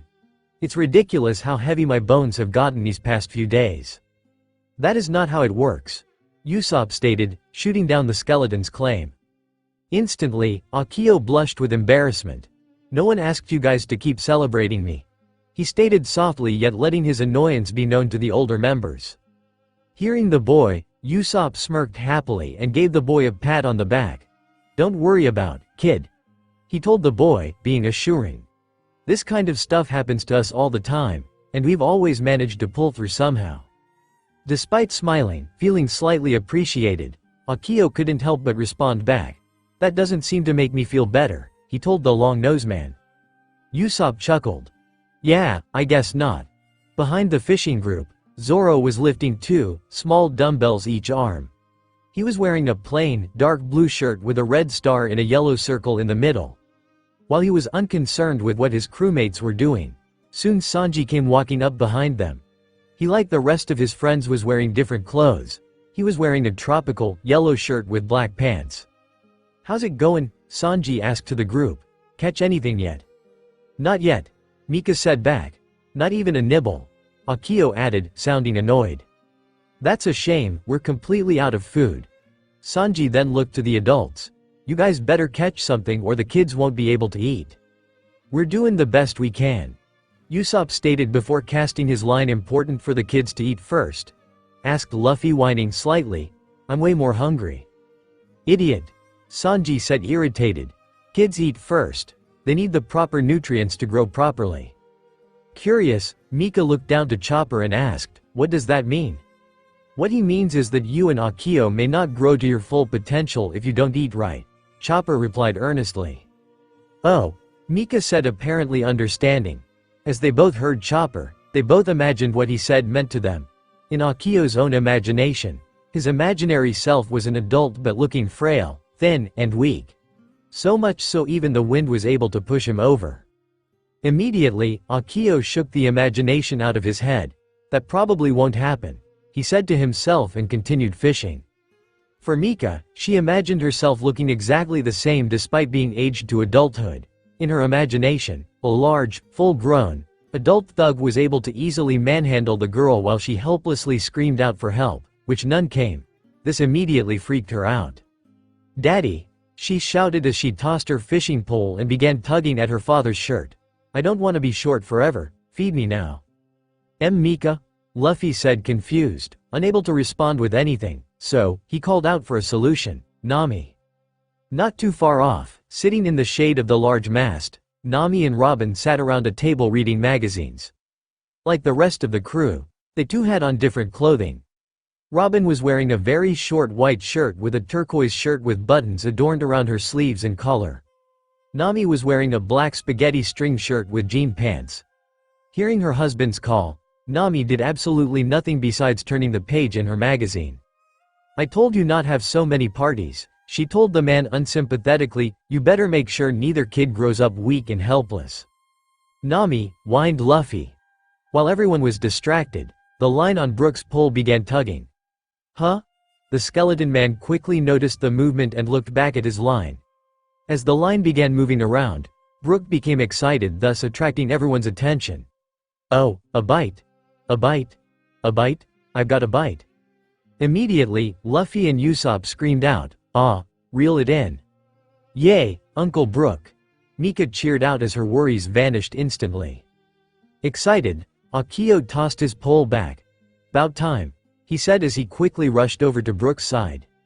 Along with the boy, Luffy and Usopp quickly joined in to help Brook reel in the catch. Mika and Chopper remained on the side watching with anticipation. With all the commotion being made, Sanji quickly joined the group again, knowing this may be their last catch for a while. In the water, the group could make up the size of the fish. It looked to be as big a man. This made the men and boy even more determined to reel in this huge catch. Added with Mika's cheers of support, and the men wouldn't dare to lose this fish.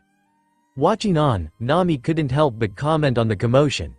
"We might starve, but at least they're having fun," she stated, amused. In response, Robin simply chuckled, silently agreeing with her friend. Meanwhile, as most everyone's attention was on the fishers, Frankie was at the helm, currently wearing a red jacket. He whistled a jaunty tune, not minding the noise behind him. As he observed the sea and sky ahead, the cyborg soon noticed something. In the distance, heading towards the ship, was a something brown and flying. As it got closer, Frankie got a clearer look at what the object flying was, and what it was shocked him greatly, even making him gasp. Hearing the cyborg, Zoro stopped lifting his weights. He said, glancing up in the direction of the helm. "Pull," Mika shouted out as it seemed that the catch was in the bag. Usopp, Brook, Akio, and Luffy all pulled together with all their might, most of them not wanting to disappoint the girl. "Here it comes," shouted the group together, full of determination. Splashing out of the ocean by the fishing line, the fish revealed itself to be a blue-finned elephant tuna, and a big one too. The fishing group watched it fly up into the air, completely excited that this would be their meal. Most of them didn't notice the commotion coming from the helm. "Ah!" Frankie began screaming, but not at the catch his crewmates caught. Flying right over him was a giant, flying beetle with 2 tusks. Zoro gasped in shock as the beetle flew over him. As the beetle flew, it also went over the women, shocking and surprising them as well. "What is that?" Nami shouted. Hearing everyone behind him, Sanji looked over and then up as he saw the beast. "Huh?" he said, caught completely off guard. Chopper also caught sight of the bug, having been watching the fish as he flew through the air. He too had been shocked to see such a creature. "That's not good." "Yay! We got the..." Mika was about to shout out with joy over the group's accomplishment when she too noticed the giant bug in the air. She, and the others, watched as their salvation literally disappeared as the giant bug took their catch and flew away. "Wah!" shouted Frankie, still shocked. "It's a huge beetle," Nami shouted, surprised. "Our fish," Akio said, disappointed while lying on the ground. "Our banquet," shouted Brooke in terror, also lying on the ground. On the other hand, both Luffy and Usopp were completely captivated and excited by the sudden appearance of a giant beetle. "Awesome," they both shouted, amazed. Even Akio had been amazed by the bug. "Whoa, revenge!" roared Mika furiously. She was even blowing steam from her nostrils, figuratively. As this all occurred, none of the crew realized that they were being watched. Hidden on a ledge on an island nearby, a lone girl wearing a tattered marine overcoat and hat spied on the Thousand Sunny through a telescope. "Huh?" the girl said, surprised as she saw the ship. Instantly though, she was already mad. "Don't tell me." On closer inspection, she saw that the ship was flying a black flag, which only seemed to enrage her further. "It's a pirate ship? Those evil bastards aren't landing here." As put the spyglass down, she glared at the ship. In her mind, she called out, "Boss, take him down." Flying upwards in the sky, having already devoured the fish, the bug moaned out as if responding with the girl's thoughts. Upon closer inspection, the beetle known as Boss also had the symbol of the Marines painted on the side of his head. Once high enough, the beetle quickly made an aerial U-turn and headed straight back down. Before he could hit the ocean, Boss pulled himself up and was now speeding at the pirate ship at high speeds, skimming across the ocean. "It's coming back," shouted Nami, citing the bug along with Robin and Sanji. As the beetle flew above them, Sanji couldn't help but comment on the creature. "That thing is freaking enormous," he shouted out, amazed. Seeing the beetle up close, Luffy began shivering and laughing with excitement. "I want to ride on it," he stated with glee. "What?" shouted Chopper in shock. "That's just nuts, Luffy." "Hey, Usopp," Luffy said, ignoring Chopper's statement, still excited. "Let's catch it." "Ready." Immediately, Usopp appeared behind Luffy, ready and excited. He was geared up with 2 shoulder bags, a hat and sunglasses, and his weapons of choice, his kabuto on his back and a net in his hands. "Hold on. Were you waiting for this?" shouted Chopper in shock, again. Mika soon joined next to Usopp, but still looking mad. "Yeah, let's catch it and then beat it up." "No way, little girl," Usopp said back quickly. "We gotta preserve it, we'll be the envy of bug collectors around the world." The giant beetle soon turned back around, getting ready to swoop at them again.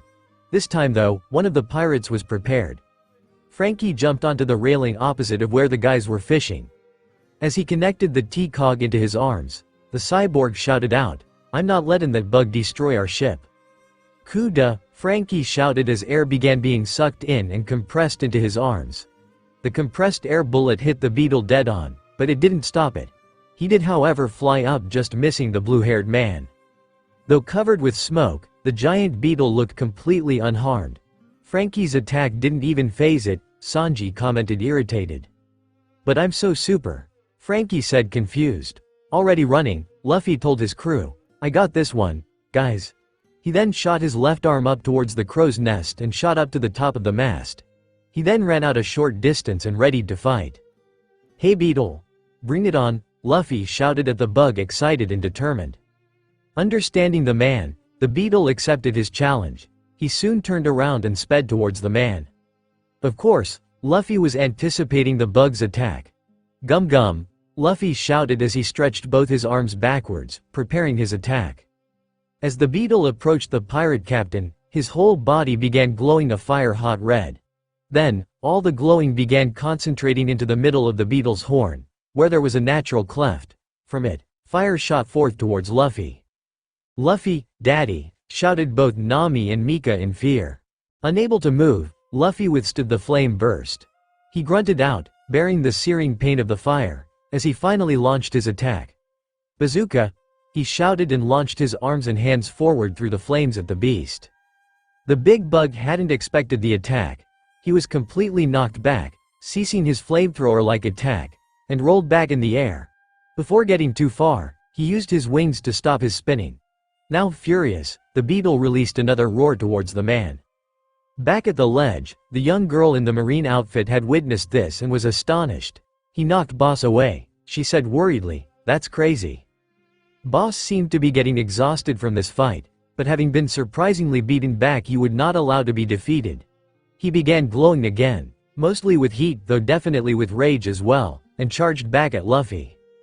From down on the deck, the group was observing the fight. "Not only is it gigantic, but it breathes fire," Zoro stated, irritated.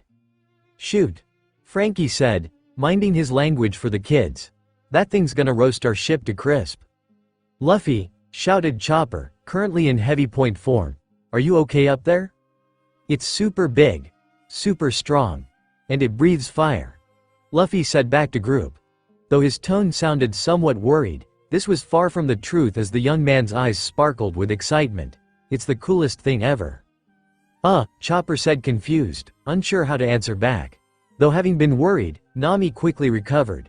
Her expression showed some relief, but she was definitely annoyed with her husband's recklessness. "Of course he's okay," she said. Like her mother, Mika has also stopped worrying. Now though, unlike her mother, she was now even more amazed with her father having withstood a fire blast and knocked back the giant beetle. "Daddy's so cool," she stated, amazed. "I got a plan," Luffy said, yelling back down to his crew. "I'm gonna make him join our crew." Instantly, most everyone freaked. "Wait, what? Hang on, Luffy," most of the men shouted with disbelief. Of course, Akio was also shocked. "Can a pirate crew have a bug for a crewmate?" he asked rhetorically.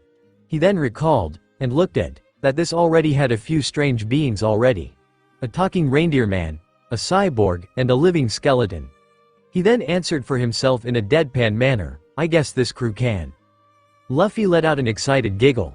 "Alright, big guy," he said as he looked back at his opponent. "You're gonna join, ah." As Luffy had been speaking, the bug had already been on him. Without warning, the beast knocked Luffy off the rigging. Though Luffy fell, he quickly shot and stretched his arm up at the beetle itself. He wrapped his arm around the bug's horn and shot up right to him. Luffy then held onto the horn, close to Bug's eyes, and laughed triumphantly.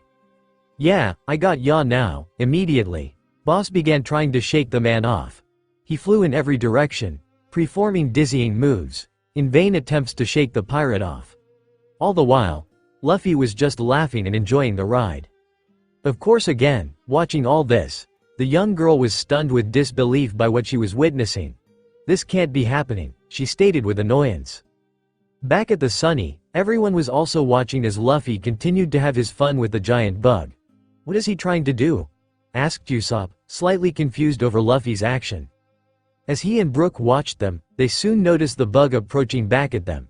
"They're coming back this way," Brook commented calmly. "Yeah, they do seem to be getting bigger," Usopp responded back calmly, almost absent-minded of the fact as to why they were until the two were almost upon. "Wait, he's aiming at us again." Quickly, the two crewmates ran to avoid the bug. Unfortunately, Usopp had made an error in judgment. What happened next practically occurred in an instant for the sniper. As he was running adjacent to the flight path of the beetle, the beetle's claw had caught the man by his shirt and by the holder which currently kept his butterfly net and weapon in place on his back. He was soon lifted up into the air as the beetle began rising. He immediately spoke, at first sounding very calm, "Help, help," until finally freaking out, "Help me, Mr. Usopp," shouted Akio in worry. "Damn that idiot," Sanji shouted, agitated by his crewmate's bad luck. Stepping up next to the chef, Zoro prepared himself as the bug flew back towards. "Come on, let's go rescue those two idiots," he stated before making a dash forward. Though annoyed, Sanji agreed with the swordsman. "Right," he then accompanied the green-haired man. Both Zoro and Sanji, using the railing, jumped out and forward at the bug. While the bug flew over the ship, both men grabbed onto one of the other limbs of the bug. Usopp, having gotten himself unstuck from the claw, was now also holding onto the limb, for dear life. Boss, feeling a little overwhelmed by the number of humans on him, he flew straight ahead towards the island, no longer bothering the rest of the crew. Witnessing this, Nami ran to the other side of the ship. "He's flying away," she shouted out with worry. Mika quickly joined her mother, a little worried about her father. "Daddy," she called out, hoping to reach her parent. there came no response unfortunately. This immediately got Nami mad. What were they thinking? She said pouting. As Akio joined them, he looked out as well and spotted something different. Miss Monkey, he said, the bug is heading to that island. He then pointed at said island. Surprised, Nami took a second look. Having been concerned over her reckless husband and idiot crewmates, she completely overlooked the island not too far off from their course. That must be where the beetle came from, she reasoned. What should we do, Miss Nami? Asked Brooke curious. Instantly, Nami pointed to the island. Let's get closer to that island, she stated promptly. I don't know what they're planning, but at least we'll be close by to provide backup. Aye, girlie, Frankie said readily. He then went back to the helm to steer the ship in that direction. Observing the island, Robin made her own comment. Hopefully, it will not be an island filled with vicious beasts that'll tear them limb from bloody limb. Instantly, Chopper, Brooke, and Akio got shivers.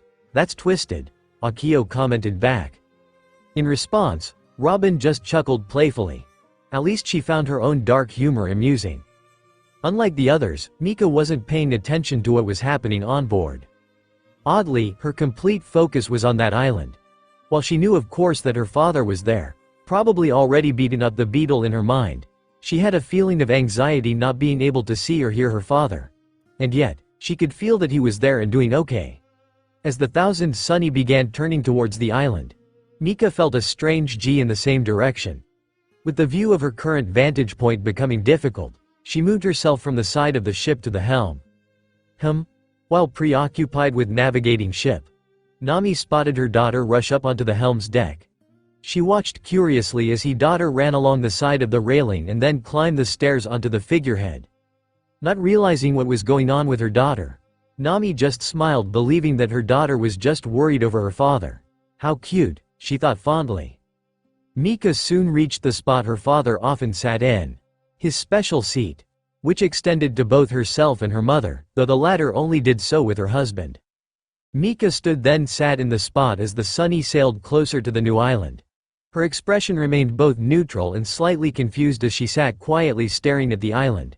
In her mind, she couldn't help but feel how odd this was, just staring at the island she knew her father was on, yet she felt compelled to do so anyway.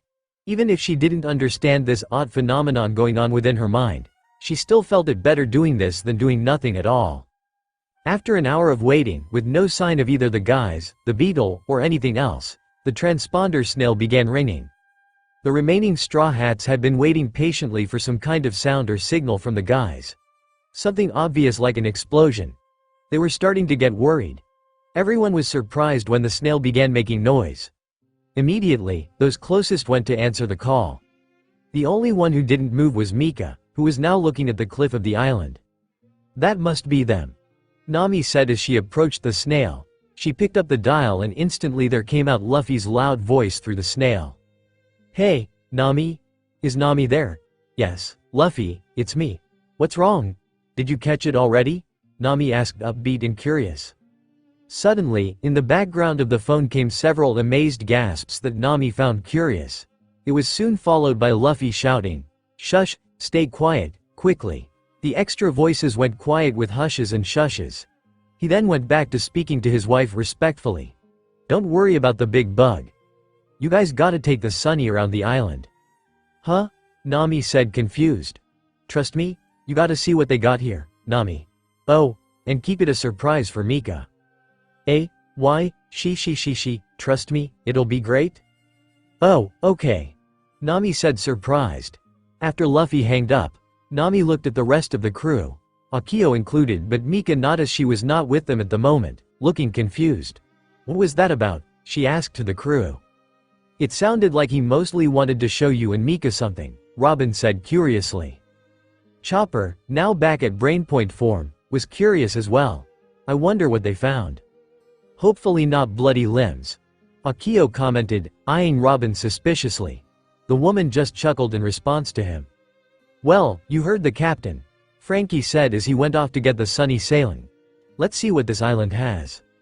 Yo-ho-ho-ho, Brooke laughed with calm excitement. I wonder what had Mr. Luffy so excited. While Frankie went to lift the anchors up, Nami walked over to and up the figurehead. She walked onto Sunny's head to where Mika sat.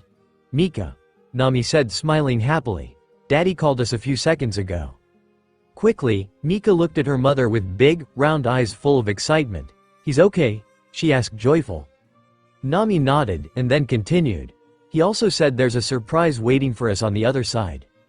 "Really?" Mika said, now standing up with excitement. The Thousand Sunny soon began sailing again. As the island was surrounded by many rock outcrops and coral reefs, Nami carefully navigated the ship around the island. Mika remained on the Sunny's head, waiting with anticipation of what her father had in store for her. In no time at all, the rocks disappeared and a clear, unobstructed cove could be seen. The ship sailed into the cove and immediately the whole crew could see an entire town on the ledges of this island. Even more curious, almost downright strange, there was a crowd of village people cheering and waving at them. Among them was Luffy and the others. Luffy and Usopp were cheering with the rest of the crowd, beckoning for Nami and Mika to specifically come ashore. Once the Sunny was anchored, the rest of the crew went ashore in the Mini Mary 2 and White Rocking Horse 1. Once they landed on the beach, the group, specifically two of the, was greeted by the whole village. "Welcome to Little East Blue." "Little East Blue?" Robin repeated, finding some interest in the term. The Sunny group was caught by surprise by the cheer of the crowd. On the other hand, Mika was totally caught up in the excitement. "Cool," she shouted, amazed. "Welcome, Straw Hat Pirates." Then, a group of youths, 2 guys and 2 girls, began shouting. "N!" shouted Roniku, a young man with brown and blonde hair. "A!" announced Fang, a young woman with wild, long white hair. "M!" cheered Br Rose, another young man with bright, blood-red hair. "I!" exclaimed Yuki Rin, another young woman with long black hair. They all then spoke together. "Welcome, Mistress Nami." Clearly hearing the group, Robin chuckled with amusement. "Looks like you have a fan club, Nami," she said teasingly. Nami frowned and crossed her arms. "As long as they aren't creeps," she stated shrewdly. "Hey!" shouted Sanji, peeved. "You better behave yourselves. Our Nami is happily married." The group of fans gasped in surprise. "Really?" The rest of the crew, those that had just come ashore, looked at the crowd confused. "What's going on?" asked Chopper, curious. "Hey, guys," Luffy said as he and his group approached the rest of the crew.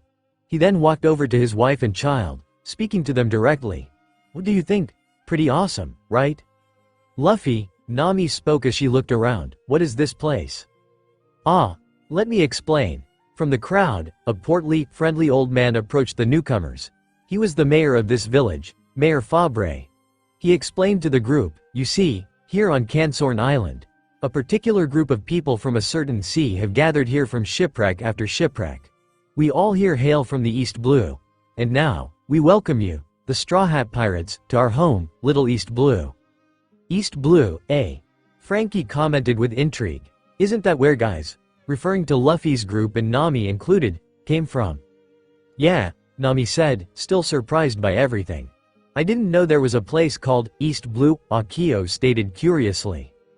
Immediately, Brook crouched down to speak to the boy. "There are many seas, young Akio. East Blue is just one of 4 great blue seas." "Whoa," said Akio and Mika, the latter having been listening as well. Usopp rushed forward next, looking excited. "It's not just the people from East Blue either. They got Kaya's mansion, kinda, here too. They also have a Barati." Sanji added coolly, "and a windmill too." Luffy added ecstatic. He also spoke for Zoro. "And they got a dojo from Zoro's home too." "Really?" Mika shouted, completely amazed. Mayor Fabre laughed jollily. "Of course, feel free to roam around to your heart's content. In honor of your arrival, we would enjoy having you all join us for a banquet celebrating your fame, or infamy as it were." Brook and Chopper gasped happily. "Banquet," they shouted overjoyed. "Awesome," shouted Luffy joyfully. "Thanks, old man." "Come on," Usopp said excitedly, beckoning Mika to follow him. "I'll show you all the stuff." "Yeah, hurry up," shouted Luffy, already running off. Instantly, Mika took off to join her father, looking excited doing so. Being curious himself, Akio ran right after her to join them. Even Chopper and Brook joined them. The other were being swarmed by the crowd, mostly around those from the East Blue. Everyone was getting swept away with excitement and praise from the denizens of the East Blue. Though among them, Nami was still surprised with all this attention. EAMI fan club came her way. "We're sorry if overstepped our boundaries, Ms. Nami," Fang said to the woman, looking sincere and apologetic. "We're all pretty big fans, not just of you, but the whole crew," Br Rose said, behaving slightly bashful. Nami flashed a smile, attempting to ease the group's worries. "It's no problem," she replied happily. "If you don't mind me asking," spoke Yuki Rin curiously, "but who is it that you are married to?" "Is it Sanji?" asked Roniku, sounding a bit apprehensive. "No," Nami said quickly, much to the woman's relief. "It's Luffy." Surprisingly, the whole group gasped. "No way," they all shouted, amazed. "What?" Nami asked, confused. She immediately began frowning, thinking that the group may be disapproving of her relationship. "Is that a problem?" The group began huddling together. They seemed to be working on something as quickly as possible. Then, they all turned around wearing pink headband with the names, Luffy, then a red heart, and, Nami, written on them. Two of them even, the guys, even held up a banner with the words, Luna Forever Club, written on it. They all then replied, grinning happily, "No, we love it. We've been hoping for that since we first saw your bounty," Roniku added unashamed. "You all are creeps," shouted Nami in anger and disbelief. "Nami," from over the crowd, Luffy shouted to reach his wife. Once he saw that he had her attention, he began shouting again. "They have a mic implantation here too. We should check it out later." Forgetting her justified rage against the group of weirdos, not sorry, Nami was completely surprised by Luffy's announcement. This island seemed to have everything from their homes in the East Blue. She couldn't help but feel like this was an amazing coincidence. So, she smiled and nodded. "Sure," she replied back happily. "Ah," the group of Luna romantics said in unison, "that's sweet." Nami quickly then reprimanded the group. "If I see any of you following us, I'll fine you each 1 million Baileys with 300% interest by the day," she said sternly. Her threat worked. Most of the group immediately began shaking a little in fear, though not Roniku. He looked to actually be willing to try. "Challenge accepted," he replied back, wearing a bold grin. Immediately, the rest of the members of this group gave the man a knock to his head. "Don't even," they all said, scolding the man. Though she had her doubts, after seeing what the group did, Nami was beginning to approve of the group somewhat. As long as they kept in line for the rest of their stay. Not too far off from the villagers, the little girl from earlier wearing the tattered marine clothes was watching everything with disdain while hiding behind some bushes. She was Yoko, the self-proclaimed protector of the island, along with her companion, the giant beetle named Boss. While hardly of age yet to be an actual marine, she sought to protect the justice and peace as inspired by someone some time ago and thus wore his uniform in his honor. She would fight any pirate that threatened her home, including the Straw Hat Pirates. She had been completely baffled and shocked that the whole village accepted this group ne'er-do-wells so easily just because some of their crew members came from the same sea as them. But she wouldn't be fooled through, she would defend her home. "Dirty, no good pirates," Yoko grumbled madly and full of distrust. "You may have all the villagers fooled, but I won't." The young girl stopped herself as she caught sight of some of the pirates leaving the crowd. It was the two that had come along with Boss when he had crashed earlier. Straw Hat, Luffy and some long-nosed guy. While immediately suspicious, it was who was following behind them that caught her attention and concerned greatly. Chasing after the pirates, with happy grins full of excitement, were two kids, one girl and boy, she had never seen before. She knew every kid on the island, and these two were not one of them. This meant that they came with the pirates, but she didn't understand why pirates would have two kids on their ship. It was then that she came to a drastic conclusion, one that only helped fuel her anger towards the pirates even more. They're kidnappers.